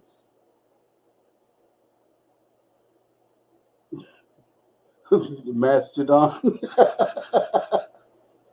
No, that's a megalodon. This is marked as fiction. The reason why it's marked as fiction, deplorable, is because, again, like I was saying earlier, if they were to tell you that mermaids were real, how many people do you think would be out on the oceans right now searching for mermaids? How many people do you think would try to have a mermaid locked in their basement or sitting in their aquarium at home? You know what I'm saying? They have pools full of different, you know, like it was said earlier, humans are freaking cruel. And the first thing we would do if we found these things, we would turn them into pets. And the bad thing about it is they look so much like us, and we would turn them into pets.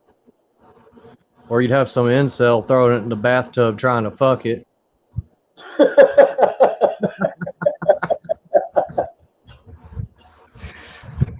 I can think of one, but we're going to leave him alone.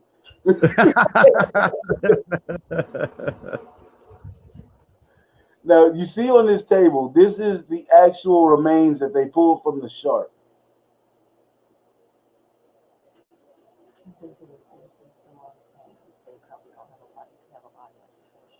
I don't believe they have a body like a fish. Well, I believe that they have a body like ours. But again, it would have to be adapted for sea life. Again, if you've ever noticed, any marine mammal has a up and down swinging tail, not a side to side like fish. Marine mammals usually have an up and down swinging fin. This animal has an up and down swinging fin.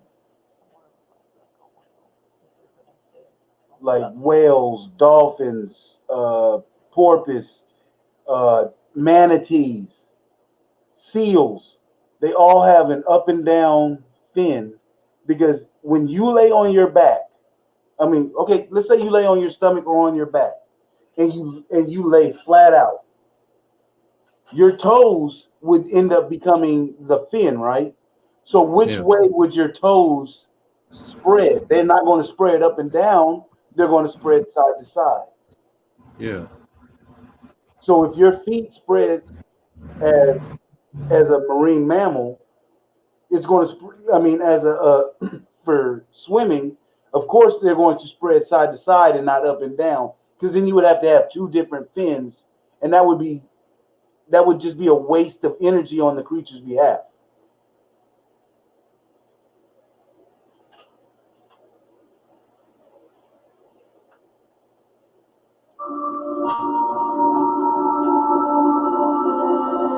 The body was one of the most important anthropological finds, possibly one of the most important scientific discoveries in human history.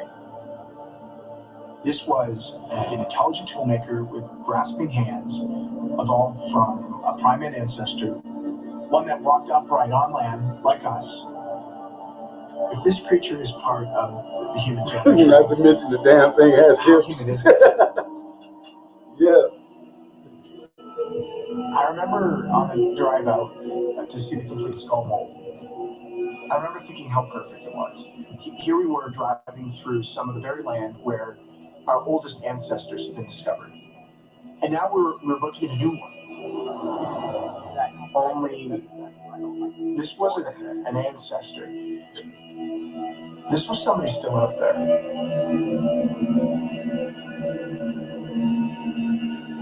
My name is Dr. Diane Fisser.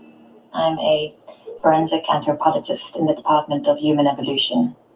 I reconstruct the appearance of an individual based on fragments of skull and other bones. Forensic anthropologist. For anybody who watches a lot of TV, you got to think about it as TV show Bones. You give me a piece of something, and I'll give you a complete. You know, that's basically what they do. They just reconfigure what you can't see.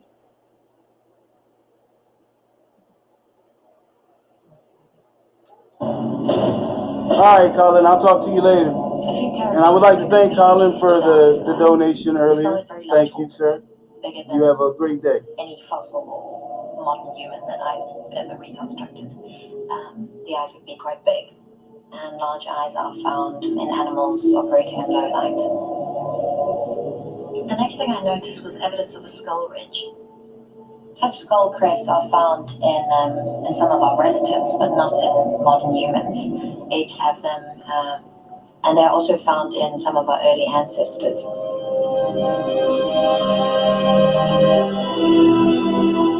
Scanning the reconstructed skull enabled Dr. Visser to map the inside of the brain cavity. She discovered that the parts which in humans correspond to sound interpretation were greatly enlarged. The opening on the frontal skull fragment was connected to an extensive series of sinus cavities. So, can anybody tell me what that means? I mean, that was basically a great explanation of what they found. Basically, all what they're saying is they found a human skull that relies more on being able to pick up sound waves, which means they use echolocation. So you found a human-like humanoid skull,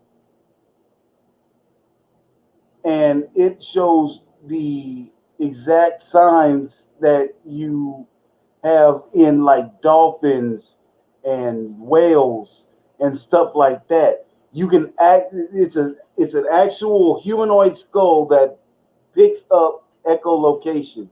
It hears sounds more than it. Sound and vibrations are more important than sight to these things. That doesn't sound like anything that lives on land, where sound and vibrations are more important than vision.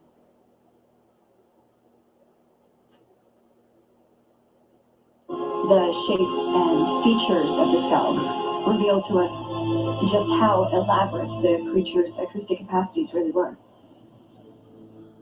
The concave shape in the front of the skull indicated that it had a melon, a specialized mass of fatty tissue that enables dolphins and other whales to echolocate. It wasn't a blowhole. This wasn't used for breathing. It was used to channel sound. The skull reconstruction proved it could do this, that this creature could echolocate. This was the creature that had made the sound. The calls had never been identified.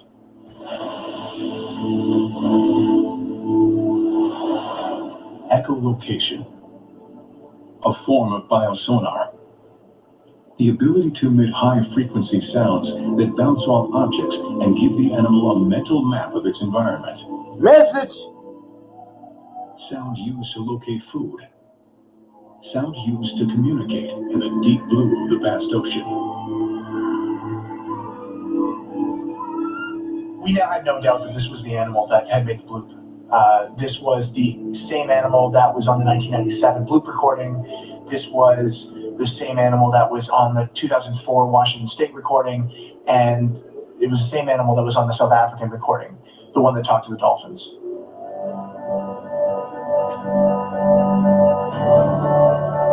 To react to beached whales.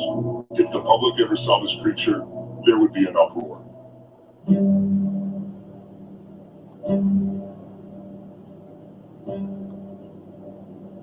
So I asked myself, how could this thing stay hidden so long? Then you realize that the surface of the moon has been explored more than the deep oceans.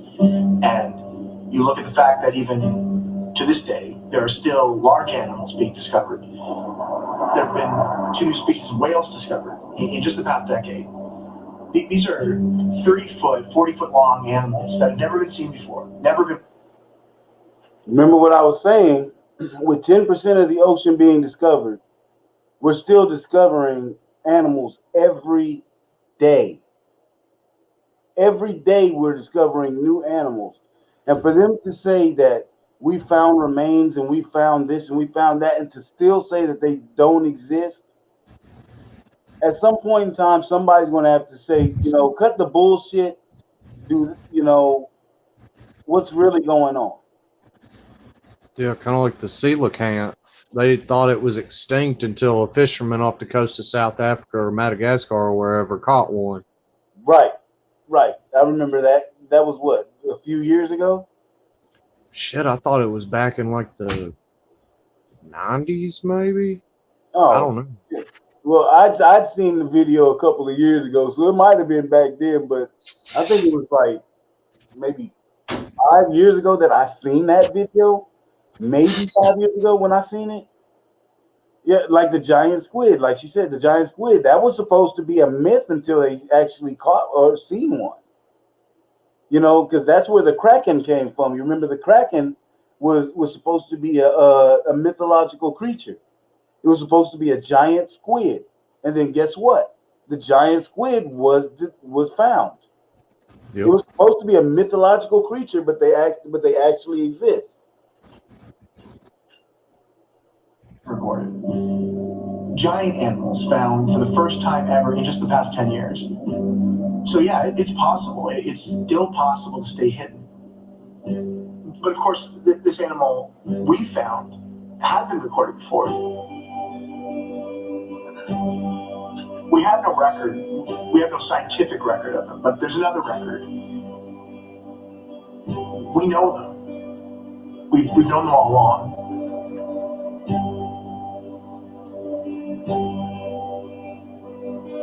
The accounts have been told by sailors the world over. The seafaring Greeks described them. Oh, that's cool. I didn't hear about that. I'm going to have to check that out, Barbara, for real. A great period of maritime exploration. They are recorded in medieval manuscripts and even into the 19th century, when captains of whaling vessels spotted them swimming with pods of whales. Cultures from different continents, people that had no contact with one another, but all of them have stories describing the same mythic creature. Could it be these stories are more than myth? They were recorded in the logs of the voyages of both Christopher Columbus and Henry Hudson, who witnessed humanoid creatures with pale speckled bellies, dark blue backs, and paddle-shaped tails. Could these be accurate descriptions of what they saw? Now, if you've ever seen what people try to say is a mermaid or whatever, when they show you, like, if you've ever seen like the real mermaid, or like different videos where they show mermaids, a lot of them turn out to be like blue creatures with humanoid features. I mean, that would make sense. I mean, considering the fact where they live. Again, speckled underbodies, because from when you look from below, you're going to see, I mean, white bottoms with blue speckles. Why is that?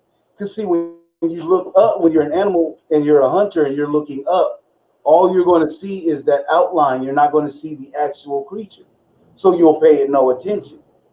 So why is it blue on the top, on the back of the animal? Because if it's swimming on it's like you're laying on your stomach, when you're looking down, you're not going to see the animal. You'll just see all that blue.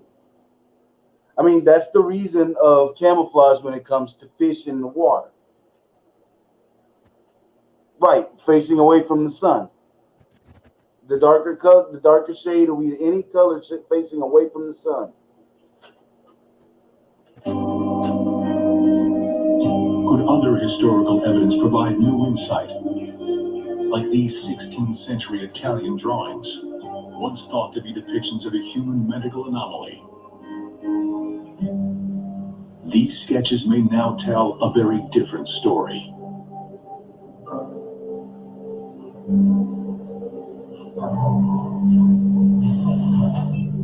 Even today, accounts still emerge, like this hastily shot video captured in 2005 off the Adriatic coast.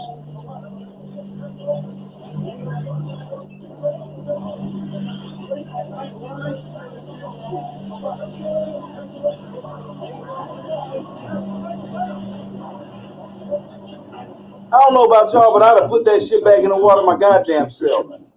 Yeah. The most ancient can be found in a desert left behind by a departed sea.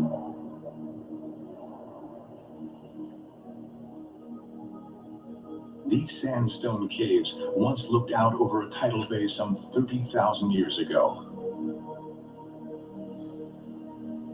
The water has receded, but the memory of the people who lived there remains, recorded in ancient paintings that cover the cave walls. Archaeologists believe these may be among the oldest mythic images ever made by man. Are they the projected dreams of early... All right, with that being said, what do you think about that, John? They've been talking about mermaids as far as hieroglyphics. Wow, I've never seen this before. That's pretty amazing. Mermaids have been around since hieroglyphics. Wow.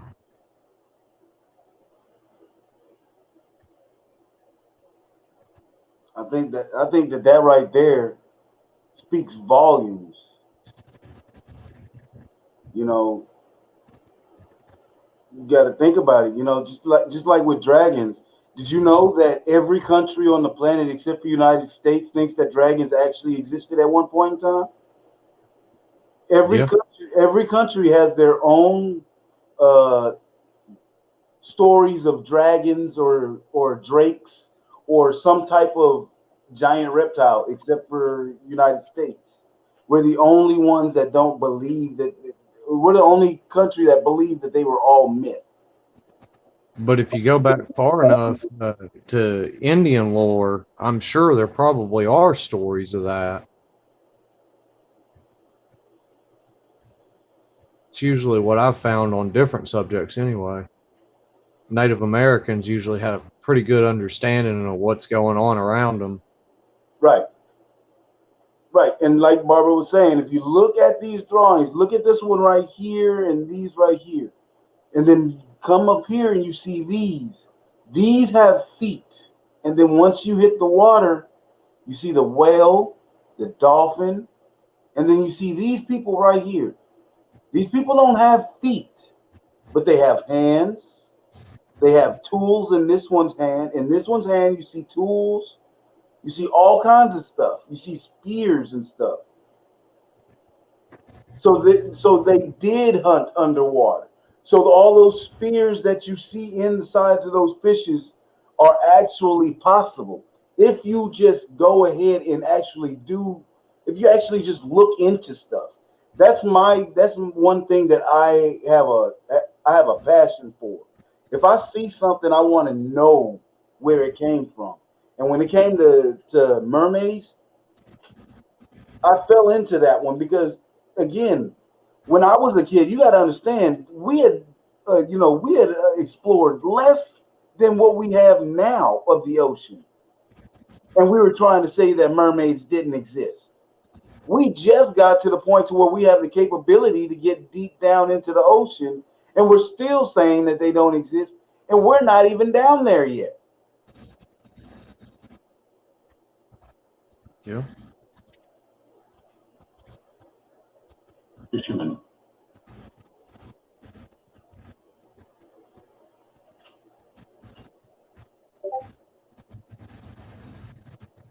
Imagining themselves with tails, swimming out to catch fish with spears and nets.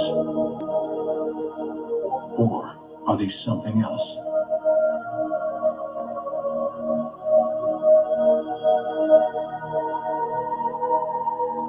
Early humans fought savagely over hunting and fishing grounds. Force was used against rival tribes and against any other competitive threat to a valuable food source. Could that be what these paintings depict? Could these paintings be a record of mankind's conflict with creatures that are now relegated to myth? Did we drive them into extinction? Or did we drive them into hiding?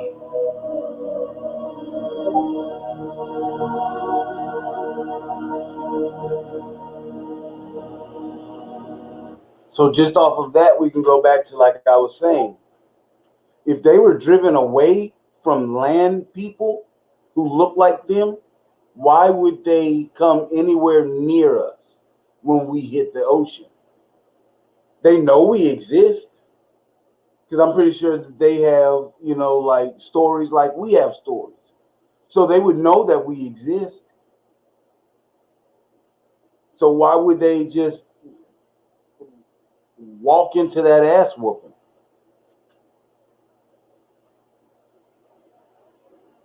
And that's the bad thing. Like Barbara said, they learn that we are the enemy. The bad thing about it is we shouldn't be an enemy. We should be able to coexist on this planet. I mean, it's big enough. I mean, we don't need half of the damn ocean. All we need is the resources from it. And I mean, that should be enough for all of us. It has been. If they persisted, if they survived, they must have hidden somewhere. But where?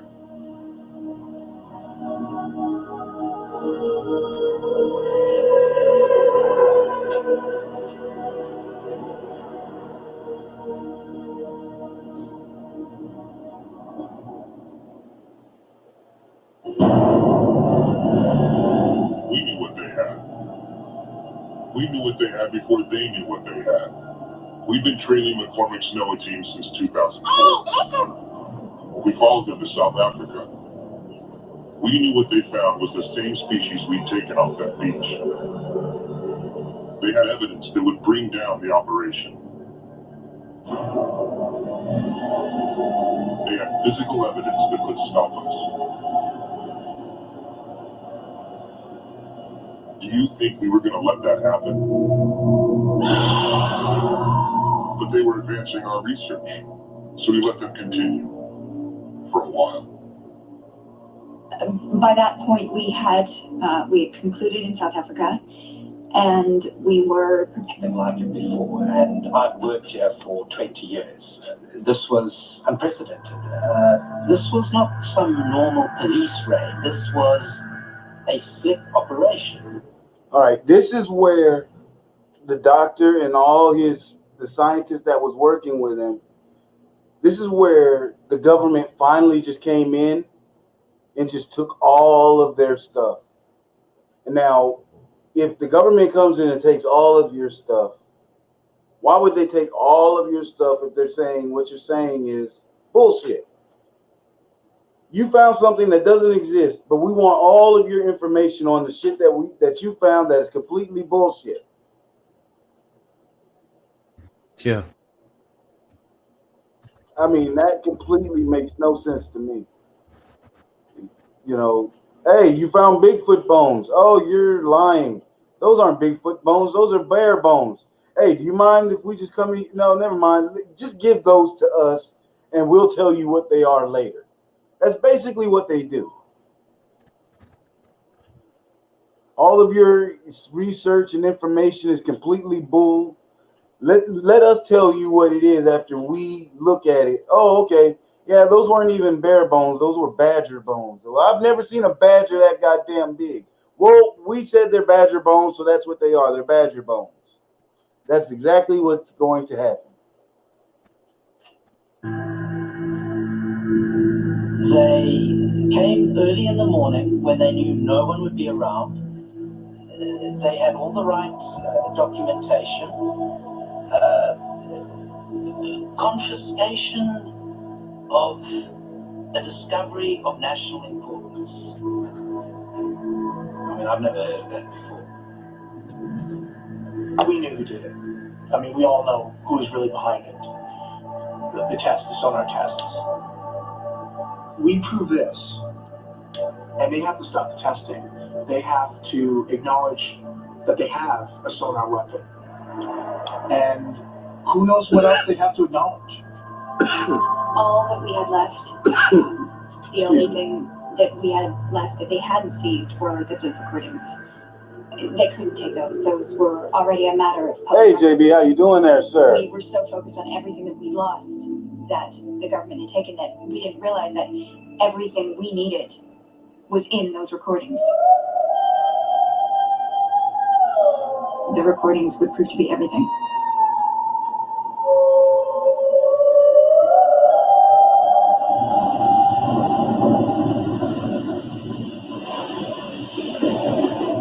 Yes, it is, sir.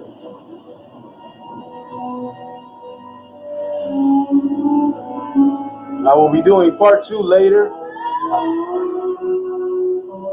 Probably later on tonight. In the southern hemisphere, where the creatures retreat to warm, protected waters, where a species in decline still clings on.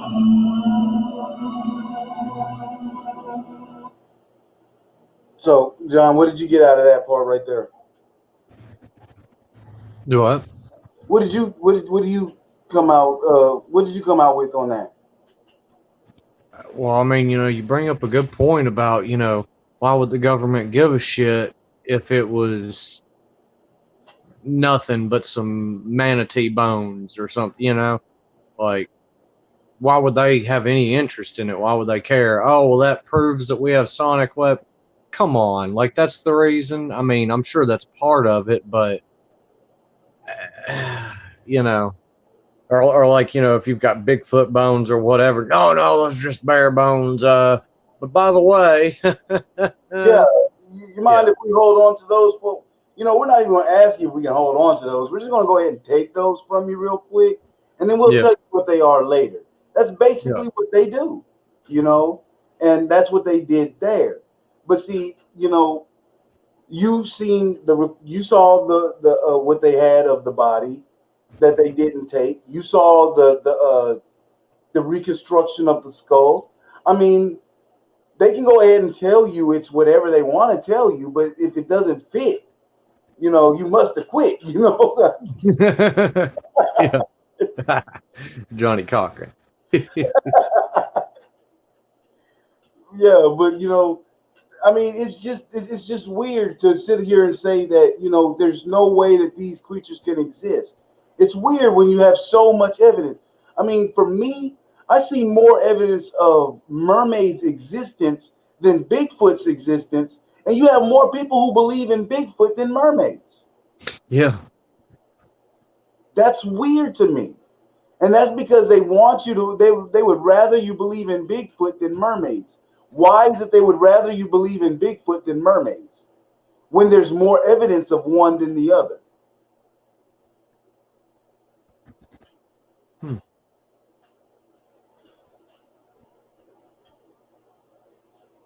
All right, so let's go ahead and try and keep going a little bit here. I'm going to have to check out that counter evidence then.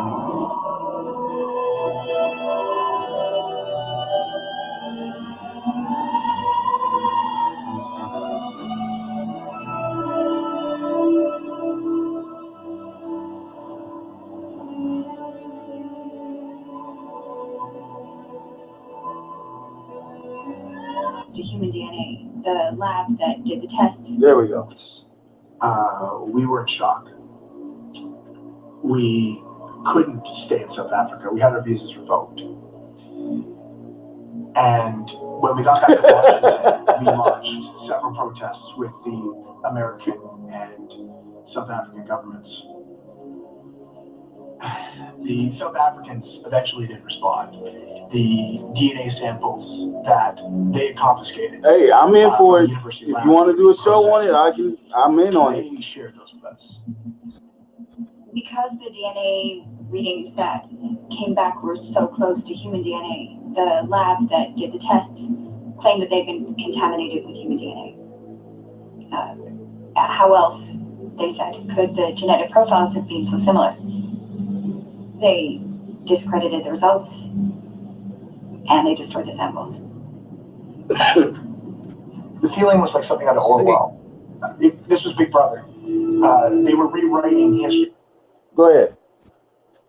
That's the thing, you always hear about that, about whether it's genetic testing or any other kind of outside testing like that that's very highly specialized.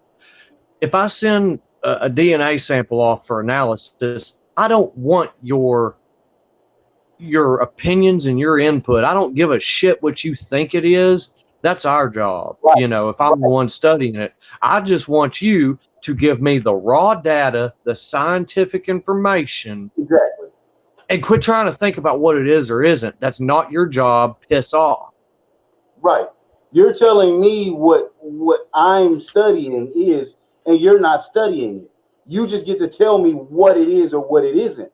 When by looking at it, smelling it, or whatever, however you decide to look at it, that's how you decide what it is. When I'm studying it, I'm finding this evidence, I'm doing this, I'm doing that. I can't explain it, but it's something. But you get to just tell me, oh, don't worry about it, that's just a seal. Oh, don't worry about it, that's a that's a what they call it, a manatee. Because you remember, that's what they used to say that they were. They used to say, oh, when the pirates used to say they saw mermaids, oh, those were just manatees. What? I'm sorry, because because from what they describe in legend, what they describe as mermaids now, it doesn't sound like a damn manatee. Manatees are brown. Every true document or anything that I've seen that held any type of credibility about a mermaid, they always said either blue or bluish green tint. They never said brown. They never said white, green, yellow, purple, or whatever. It was always blue or bluish green. And they want to tell you that it's a manatee. Well, that's because they're just racist against mermaids. Fuck the blue people.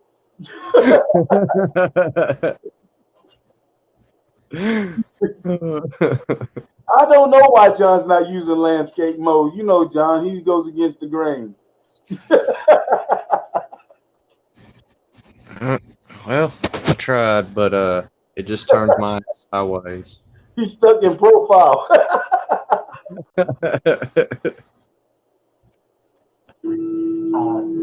Basically writing this creature of existence. And the question I ask myself is, why? Are they protecting their testing? Are they keeping the creatures for themselves? Are they testing the creatures? We don't know. Well, we still don't know. All we had now was time. We just kept poring over it. The beachings with reports of bodies washing up on shore, where local officials had closed off areas, and in some cases, reportedly, with the help of American officers in civilian clothes.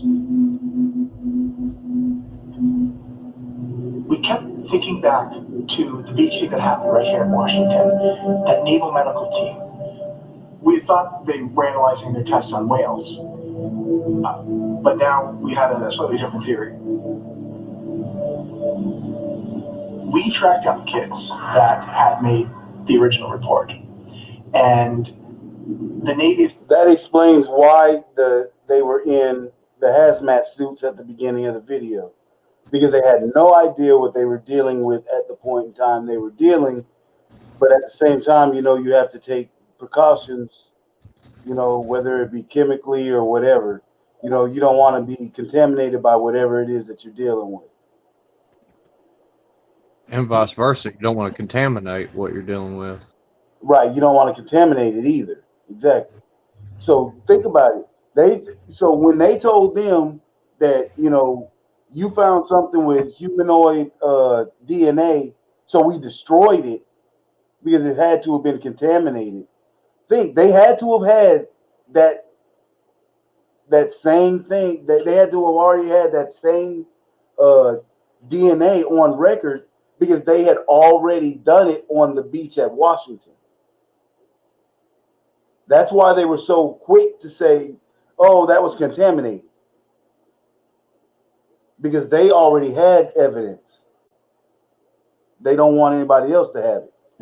They had even visited them at home, and they had convinced the kids that what they had seen was actually a seal that had decomposed, and that's why it looked strange. The boy had drawn a picture of what he saw. Now, nobody outside of the scientists we worked with or the government officials that had confiscated our materials could have known what the skull reconstruction looked like. But this kid had a drawing of what he had seen, and it was a match. He'd seen the same thing. And that's not all we saw. The boy's mom agreed to show it to us. They hadn't showed it to anybody. The Navy had not thought to check the kid's camera phone. Now, that's not the first time the military's gotten caught by a camera phone, but back then, most people didn't even have the officer even bothered to check it. This kid kept it. He kept it all that time.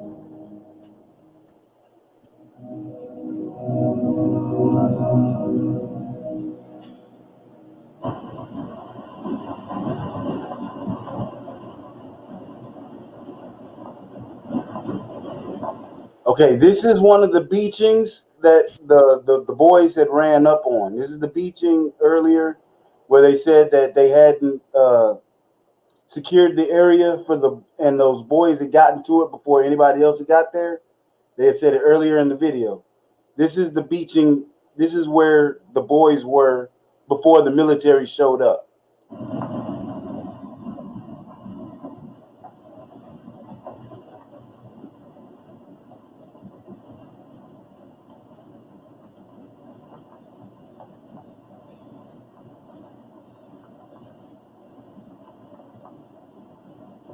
Ninja mermaids.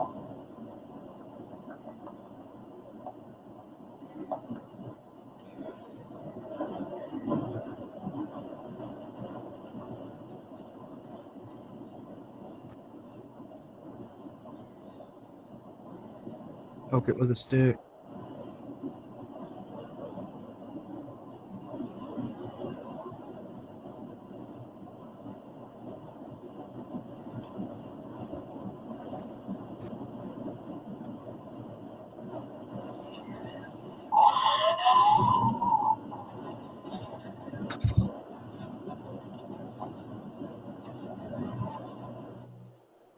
All right, y'all heard me say it once, and I will say it again.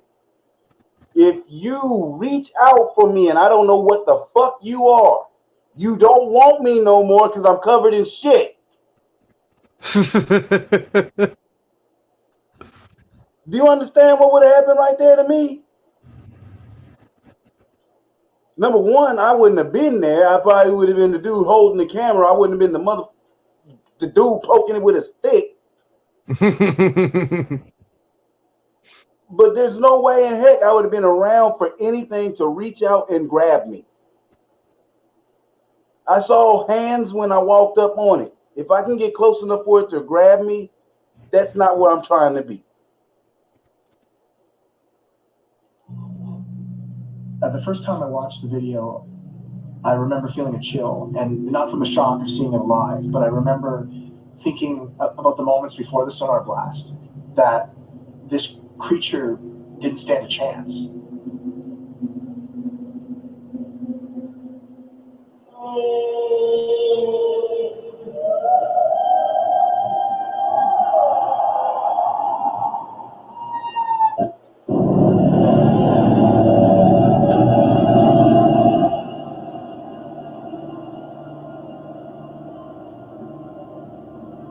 We never found another living one.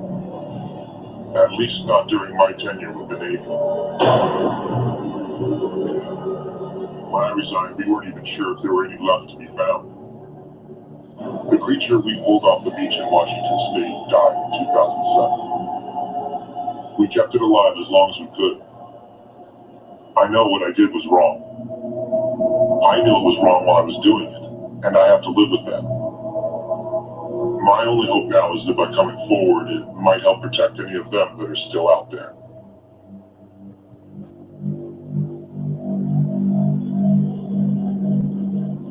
We knew that they were washing up with the whales.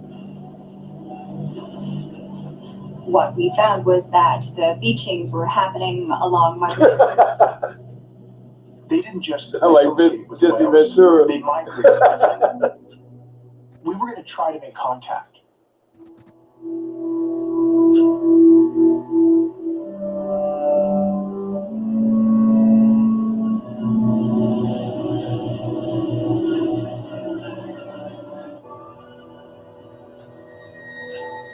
We were not going to get the story out that way.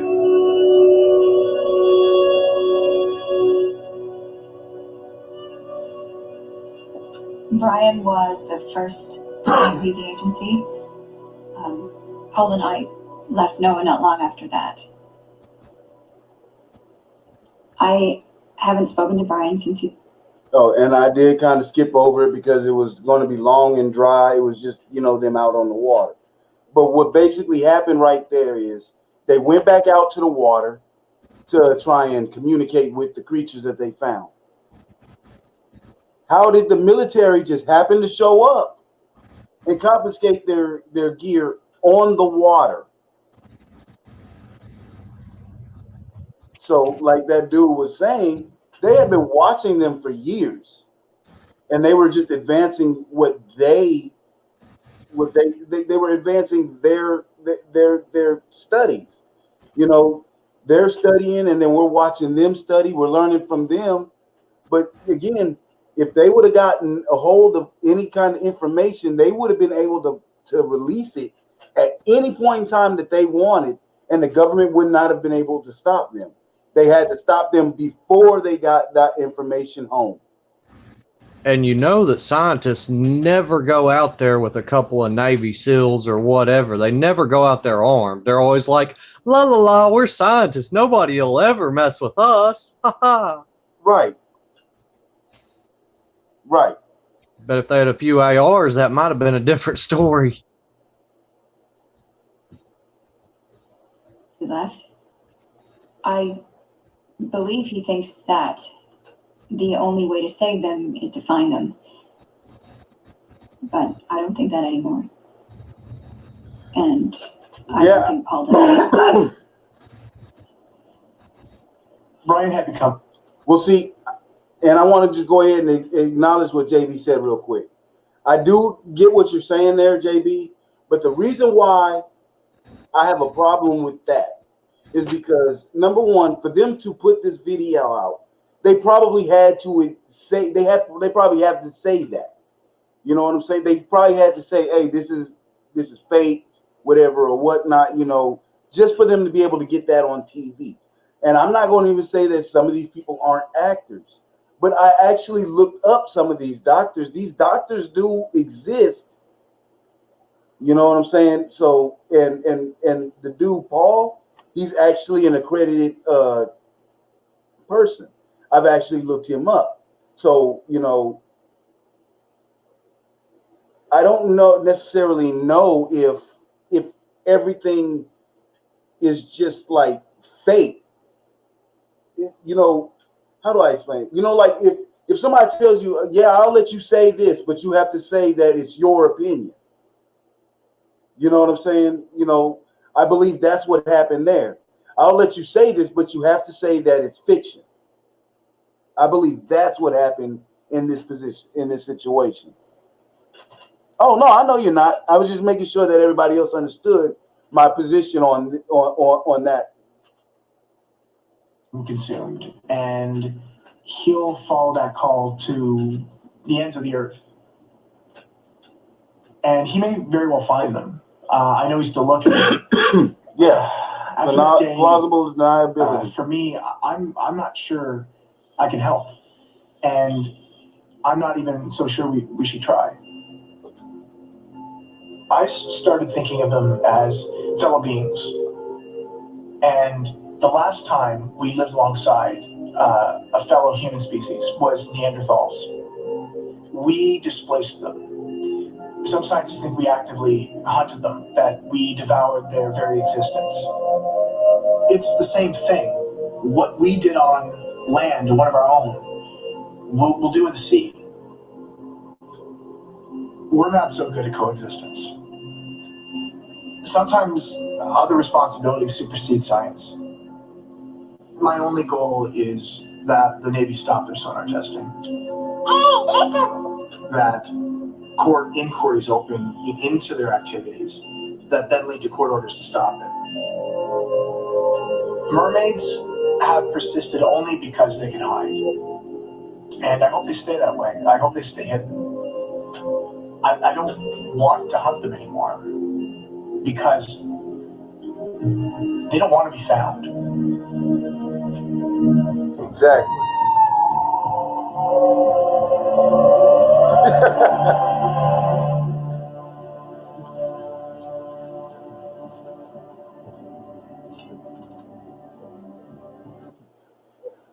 Leave it to JB Gunner to ask that damn question. What? How do they reproduce?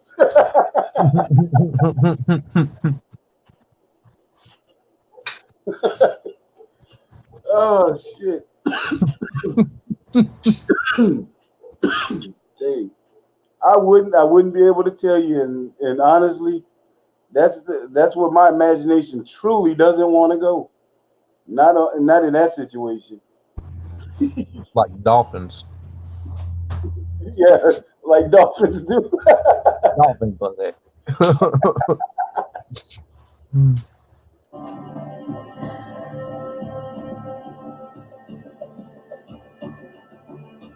I was only asked to analyze the pelvic and leg section of the find. I never saw the rest of it. All I can tell you is that this was not the result of some strange bone disease or but this creature was. I don't know. All I can tell you is that I know where it came from. There's absolutely no question in my mind about where it came from. The bones that we scanned are absolutely of hominid origin.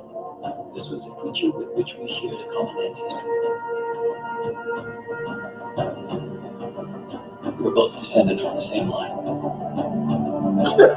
They use their mouth. On the dock that day, I've never seen anything like that before in my life. I have spent my whole life by the sea. I've spent my life in study of the sea. And I've never seen a creature like that before. This was a creature that was new to science. I play these recordings again and again. Remember, first one from Washington State, the second one from South Africa. Try to figure it out. And again, I don't know what they are. I don't know what they are saying. I've never heard anything like it. The only creature with this level of linguistic complexity that I've heard is human beings. It's us. Like I said before, making a reconstruction is like building a jigsaw. The pieces have to fit if the picture is going to make sense, biological sense. All right. I'm going to go ahead and stop the video there because all it is pretty much just a recap of everything we've seen. There's no point in doing that. Y'all can go back and watch the video.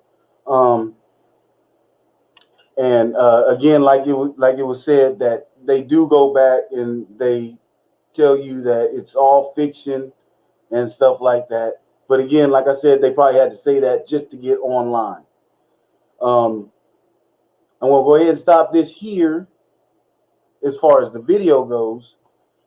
And what I'll do is I'll probably start part 2 within the next hour or two. And after part 2, what I want to do is I want to have I'm going to have part 2. I'm going to have a panel. And at the end of part 2, what I want to do is I want to have a conversation, a discussion about the videos that we watched. Part 2 isn't very long. It's maybe 30, 45 minutes. So we'll watch part 2 and then we'll have a discussion about that because I want to keep these at least under 2 hours. So I do appreciate y'all coming out, showing up for the video. And I will, and the conversation will be done on Hangout. That way we can actually get more of us in here to do the conversation part. John, you gonna be here for that? Yeah, it should be. All right, cool. If you're in Discord and you have StreamYard, just go ahead and hit me up in there. Let me know that you want to be a part of the panel. If you don't have if you're not on the Discord and you possibly want to be a part of the panel, leave your name, leave your email. Hit me up in email, and I'll throw you on there if you have the link. However, we'll get a nice little panel going, and we'll talk about it afterwards, just like we did with the Black Eyed Kids. This is your boy, Nationwide Wise Guy, and I'm here with your boy, John Rice, and we are signing out right now till later to do part 2. Thank you for showing up to this game. I'll catch you in the next game. Thank you.